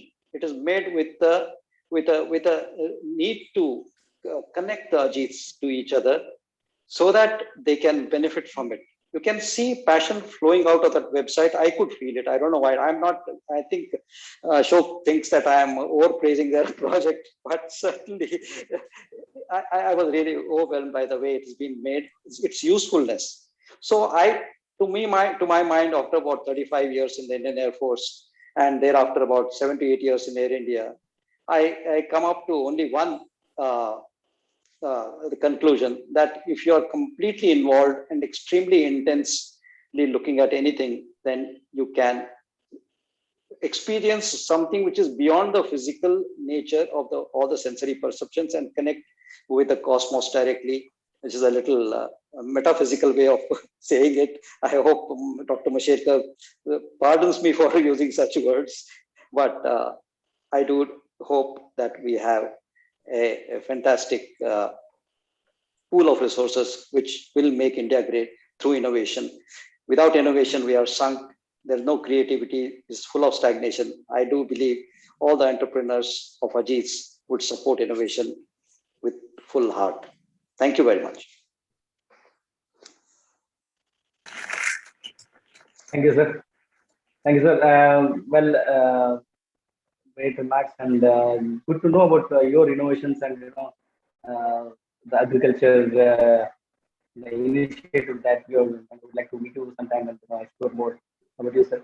There have been a lot of comments on YouTube as well as the Zoom session here, and one such comment has been from Professor Nagora, who says, what a flow, what a spontaneity, and what a knowledge, but how simple, how modest, how clear, yet it is intelligible and how understanding. Really a great evening for worthy the 5 Mashelkar mantras. Really very true, sir. And there is a comment from Vijay Kumar, sir. Sir, he asks you, sir, what is that we can do to increase your lifespan? In fact, you've been a blessing for India. I mean, this is for betterment of India. In fact, if there is something like, in Ramayana and Mahabharata, there is something like, part of Ayush can be, lifespan can be given to you. We're all ready for that. And you live long. What is that we can do for you?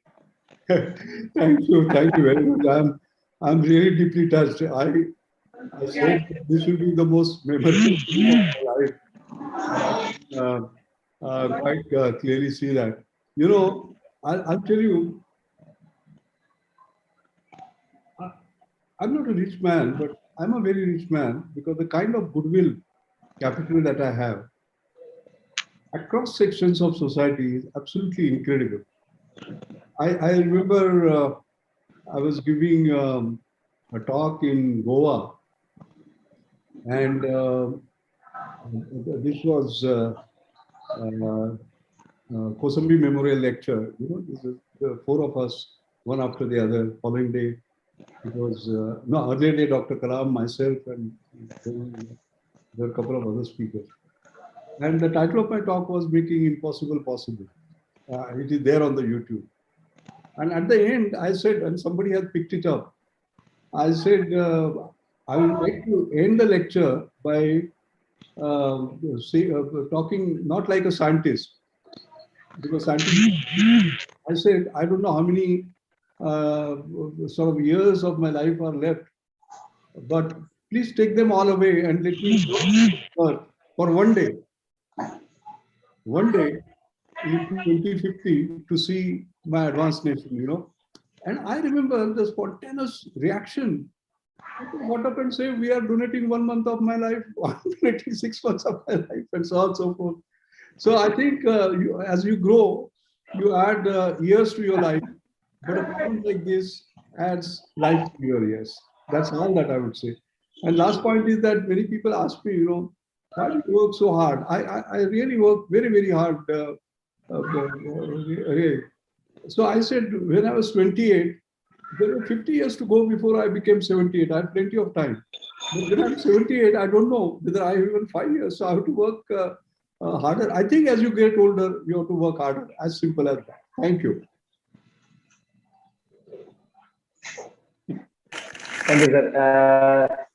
Colonel Bijit Kumar, sir, you wanted to have a word with Dr. Mulkey. Oh, Yes, sir. there's nothing to say. You can be unmuted. That would be good. There is nothing to say. We have. Hello. We can hear you, sir. We Yeah, can hear go you. ahead, sir. Go ahead, sir. Oh, there is nothing to say. He is an international figure and a gem of India. That's all. And we have nothing to say and waste time. Thank you. Yes, sir. And I think when I had introduced Colonel BGV Kumar, I told you that time he was not able to come on the screen. He is the first school captain of Science School, Bijapur, and one of the first paratroopers from our school. So, sir, I had been introducing him, and now he's there on the screen. You can just have a look. And I had not been able to introduce General Ramesh and our President Gopal and our Colonel Kale, Bhaskar Kale, son of our senior most teacher, 90 years old, but continues to mentor us. So, sir, this is what has been keeping us alive. Just as you are working for the country, people.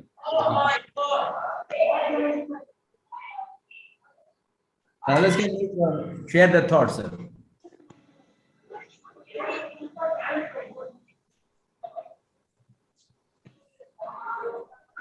Yeah, Dinesh, I think you can ask our others also. Yeah, General Halagi, sir, you want to share your thoughts? Yeah, good evening, sir. I must congratulate Dr. Mashelkar for a wonderful presentation and highlighting from his own personal career the greatness that he has brought to bear for our country. But let me come down to the fundamentals for the very reason that we are all here today, that is the Ajith Knowledge Forum. I wish to bring to notice to you, sir, that we are over 4,000 to 5,000 Ajiths today in our country. My basic observation with 40 years of military service is that while there is a fraternity, a family of people who are engaged in strategy formulation, in philosophical thought, and in doctrinal evolution. Now, this stream of people are moving in a different direction, and the technical people are moving in a different direction altogether.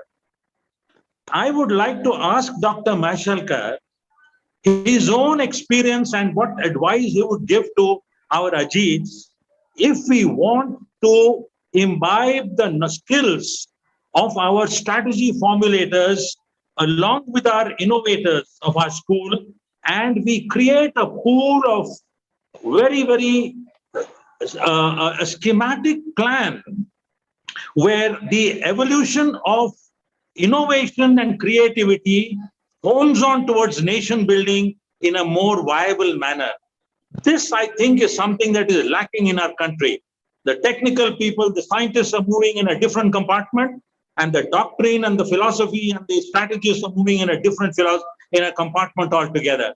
So my request to Dr. Mashelkar is, how do you recommend for our Ajith Knowledge Forum today to advise us to bring to bear the unison between these two so that we have a calibrated innovation program that can be measured and calibrated as we move along?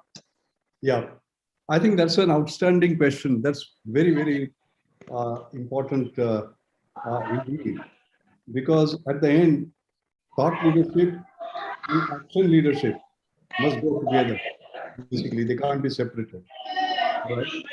Strategic thinking is very important, but at the same time, the big picture is something that scientists like me, technologists like me must have. You know, I was personally very fortunate, I must tell you. God has really blessed me. When I was just 42, I became member of Science Advisory Committee to the Prime Minister. And I was busy doing work in my laboratory. And suddenly, what is strategic thinking? I suddenly had a helicopter view of the entire world, entire universe, etc. How do you ensure that our young people are given an opportunity to get involved so early, like I personally was? You know, when the Bhopal disaster took place, for example, 2,800 people died overnight. I was in my early 40s and I was made the technical assessor for the inquiry commission. So I was able to see not only just the chemistry in the tank, but the entire social and political and trade, technology, and all the other sort of things. So there is nothing like an experience. That's point number one. Point number two is that I'll tell you a little story about my childhood. I studied in Marathi school.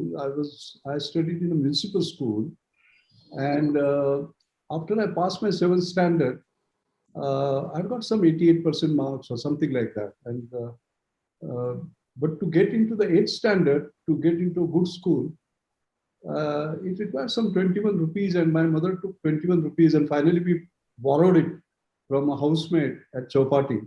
She was working in a Gujarati family. By that time, it was too late, and I got into a poor school, but that poor school had rich teachers. One of them was Principal Bhave. You know, so he was always in terms of learning by doing, learning by observing. There was a point about observation that was made, an excellent one, and so on. And one experiment that he did actually turned my life. What was that? He took us out into the sun, and he wanted to show the focal length of a convex lens. So he had that convex lens here. He had a piece of paper. He moved the convex lens up and down. And when the brightest spot came, he said, this distance is the focal length. And then he held it for some time and the paper burned. When the paper burned, for some reason, he turned to me. And he said, Mashelkar, like this, if you focus, you can achieve anything in the world. That did two things. One, it gave me a philosophy of life. But secondly, it said, focus and you can achieve. But most importantly, as I grew, I saw more in it. And therein lies the answer. The answer is that if you look at a convex lens, sun's rays are all parallel. And what is the property of parallel lines? They don't meet. What does the convex lens do? It brings them all together. Therefore, when based on race, religion, other things, people don't meet, right? Bringing them together requires leadership. Similarly, when strategists and technologists don't talk to each other, and there are others, they are not the only two, there are so many other players, it requires a visionary leadership, a convex lens leadership to bring them together. It is all there. I personally believe that that's what the country needs, honestly. And the last point I would like to make is that, learning is lifelong. They say parachute works only when it is open. Mind is also like that. It works only when it is open. Right? So therefore, an open-mindedness and Convex lens leadership together, I think, is the solution to everyone. And one can actualize it in terms of.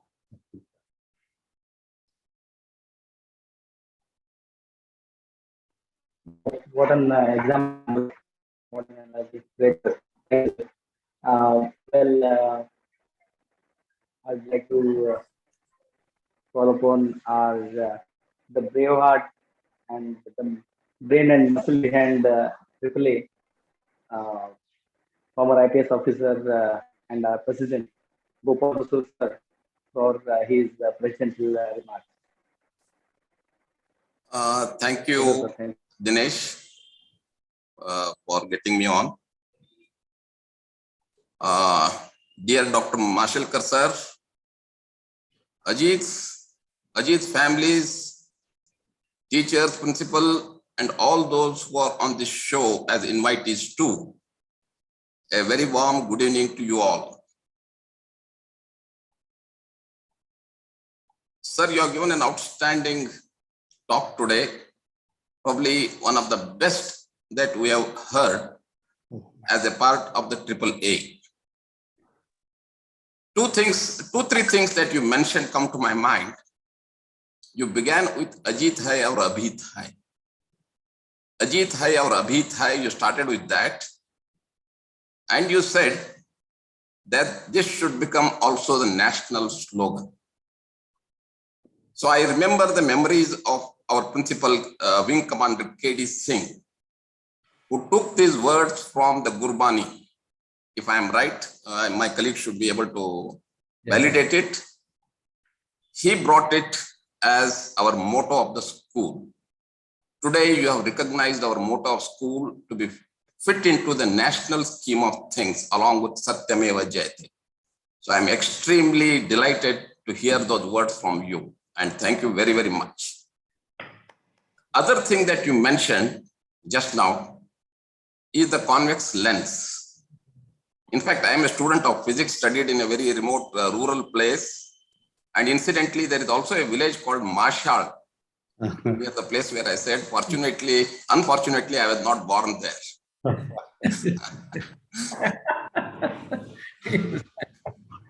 So the convex lens, you mentioned, the parallel rays come together towards a focus. Sir, let me also bring to your knowledge and notice that the Ajith Alumni Association has today begun to be a convex lens, where 4,600 Ajiths and more and their families are coming together towards a common focus with a determination to take the Alumni Association to greater heights. Our dream is to make it one of the best alumni associations among the 25 top in the world. And I must compliment Dr. Ashok Dalwai. Incidentally, sometime back, I said, why not we call Dr. Mashelkar to speak? I was never sure whether you would come, but I knew Ashok would do the job for us. At the same day, he contacted you, and it was such a great satisfaction to each one of us that Dr. Mashelkar has accepted to speak to our alumni. And from that day onwards, we have been looking forward to hear you speak. And today, our heart is filled with so much of joy, so much of knowledge that you have given to us, and you have reignited our minds. I am also 68, sir, now. You are 78. You live for 100 years. You'll be much more useful to this country than anybody else. So you also in one of your reports said, rethink, reimagine, and reinvent. As an alumni, we have begun to rethink, reimagine, and reinvent. And the Ajith Knowledge Forum that you are today addressing is a part of that thought process which is going on amongst us. So it's a great occasion for each one of us. I would not like to take much time. I think it must be dinner time, sir. I am extremely happy that you have been able to stay for so long with us. It is our greatest honor and pleasure.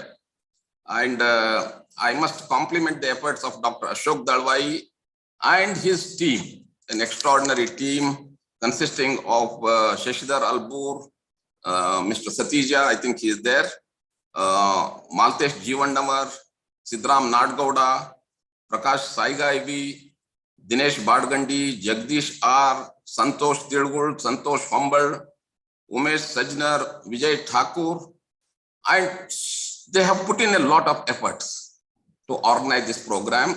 I actually, from the bottom of my heart, as the president of the Alumni Association, I'd like to compliment you all for this wonderful job done. You have brought us Dr. Mashelkar. We have heard him speak and we have enjoyed every moment of his presentation to us. It has ignited our minds to think more. But friends, as he was speaking, there was an introspection going on in my mind. We are all the products of a public school.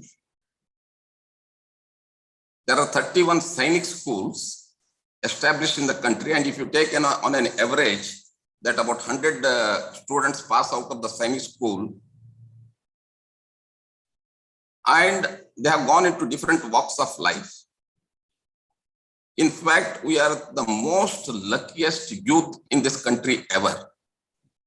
Today, if somebody passes an SSLC examination in this country, probably he comes within the first 15 or 18% population. We, having got public school education at the cost of the taxpayer, probably we constitute 0.0001% of India's population who have been so fortunate.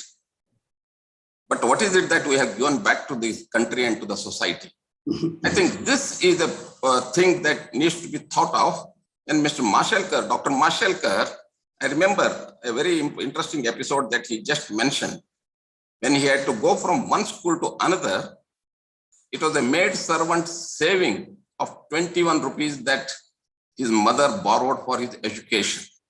He has gone through such trying and difficult times. And probably some of the greatest of the people that whom we know, like who gave up everything, started working for the country, like Mahatma Gandhi and many others, they sacrificed themselves and they have gone through extraordinarily challenging times to reach the level that they are in. What prevents us, Ajith, to put in all our efforts, much more than I include myself, I hold myself very guilty that I should have contributed much more to the society and to the nation, not just being in a job and working it there. So this is a very, very interesting thought that came to my mind, sir. Pardon me for this thought. I'm expressing it to my dear Ajith. We're all like one family, and I think we need to step up the plate. And as you rightly said, tomorrow is going to be the best day of my life. We have a large pool of young Ajiths who are in their 20s and 30s and 40s.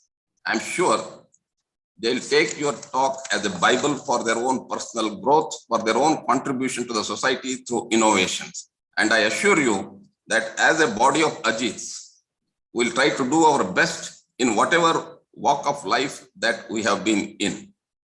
And I must also salute the memory of your mother, Anjani Mashelkar, who left the village and went to Mumbai, took up a petty job, and then she said, my son has to get educated. If a woman gets this kind of thought, we can imagine the kind of impact that it has had on your life. Today, you must have achieved a lot of things. You may be due for a Nobel Prize, but your mother's efforts at that point of time, the maid's support, the Tata's giving you a scholarship, I think it was all a conspiracy for this elevation to the level that you have reached.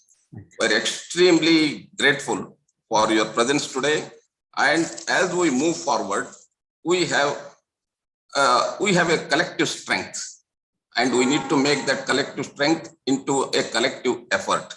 And I'm sure I request Ashok Dalwai and his team and the office bearers of the AAA that we will all work together bring in a lot of improvements to the way in which already we have seen a lot of improvement, tremendous improvement. We have been connected like never ever before. Maybe thanks to COVID, thanks to technology and the new spirit, the young boys working for the upliftment of the Alumni Association. Sir, we are extremely grateful to you, and I would not like to thank you once again from the bottom of my heart on behalf of all the Ajiths who have heard you today. Your thoughts will keep ruminating in our minds. It has been like a big feast, and after eating a big feast, we would like to savor that taste in our brain and in our tongues. I am just like a small supari or pan to this in the end. So thank you once again, and we wish you all the best, very, very 100 years of life, and continue to contribute to us, and we'll come back to you for suggestions and for helping us grow stronger and better.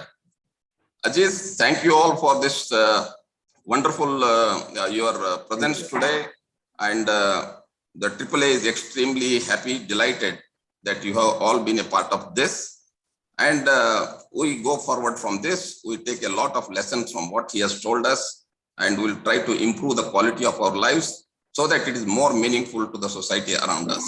Thank you, Ashok, for this opportunity, and thank you all the office bearers.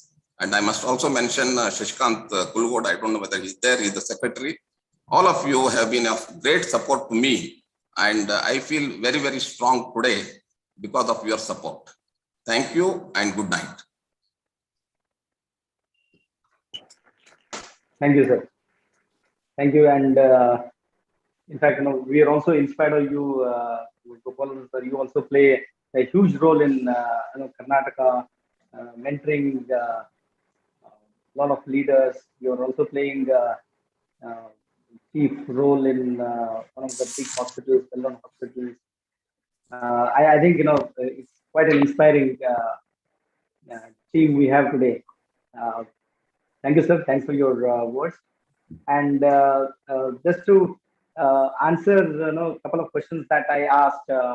One is the village near Bijapur is Torvi, and Torvi is famous for Narasimha temple. That's a very ancient temple we have, and this is answered by Bhaskar Kale, sir. Right answer, sir. You'll get a reward when we meet. And second question, I didn't get any right answer actually. The school song, who has written the school song, and during who principalship, who are the people who does this? See, the right answer to this question is it was it came into practice somewhere in mid 80s, 86, 87 times when Wing Commander R.D. Srivastava was the principal. But there is no single person who has penned this. It was a panel created by Wing Commander R.D. Srivastava. We had Krishdas sir, B.R. sir, Bharajas sir, and a team of teachers who came together and wrote this poem. So that's the right answer. We have had a great evening today. I think we are really, really blessed to have Dr. Mashelkar among us today, and very inspiring talk. And I think we'll all have to see the recording of this the session. It's all recorded, and you can find this on our Ajith Alumni Association channel. I think you should also share this with your families, friends, for their own benefit. I think so. Coming to end of this session, I'd like to invite our Jagdish, who is highly spirited Ajith, who moves around like Mercury, and I'd like to invite him for vote of thanks.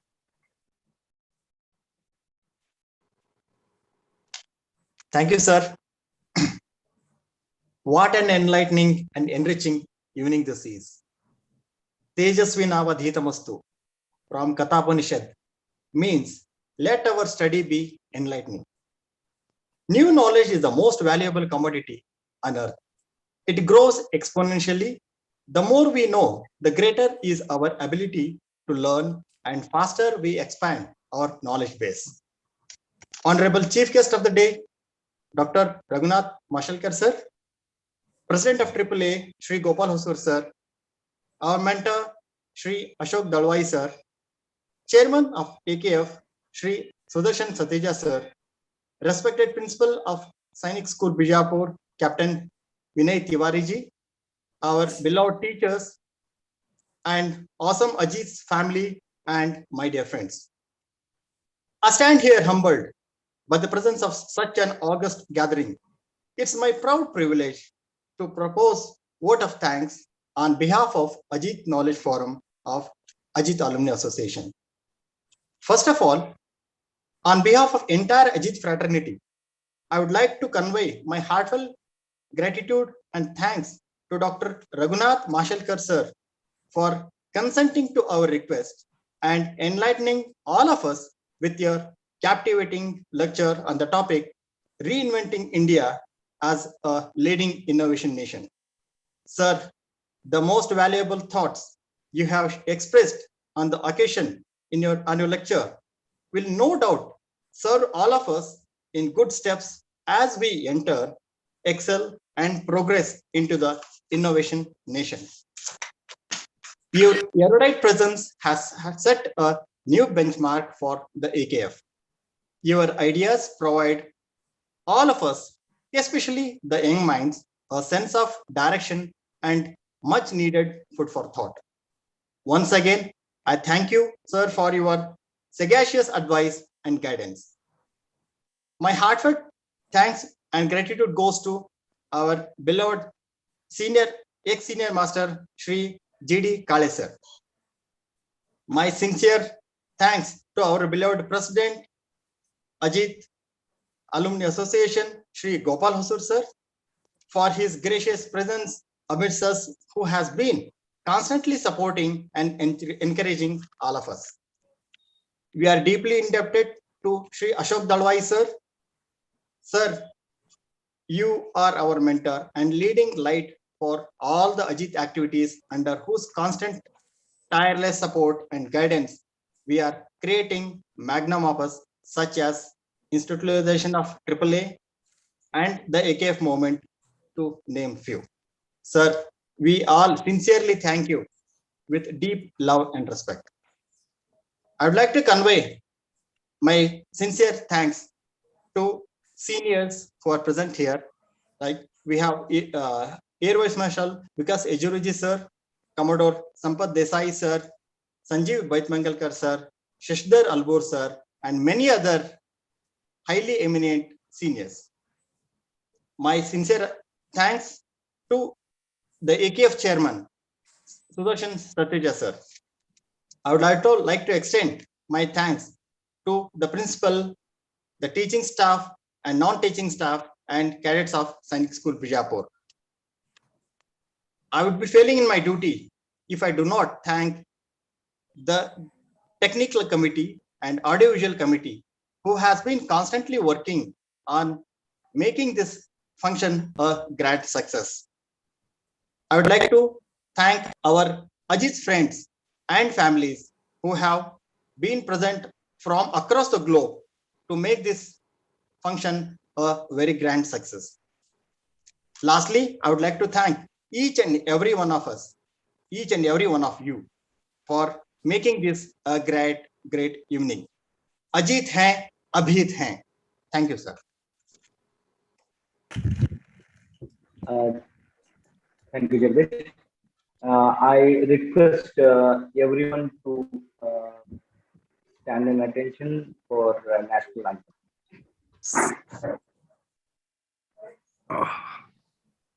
Okay, we'll start the national anthem.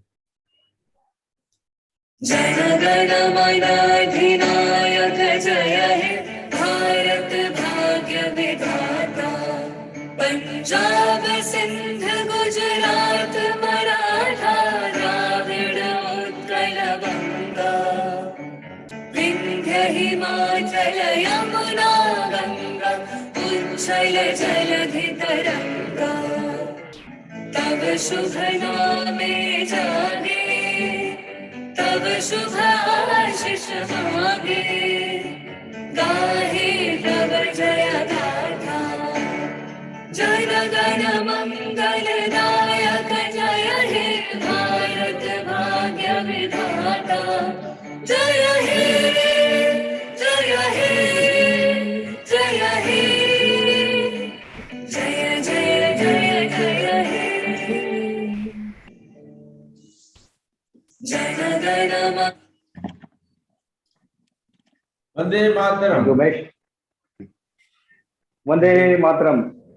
Vande Mataram. Vande Mataram. Vande Mataram. Jai Hind.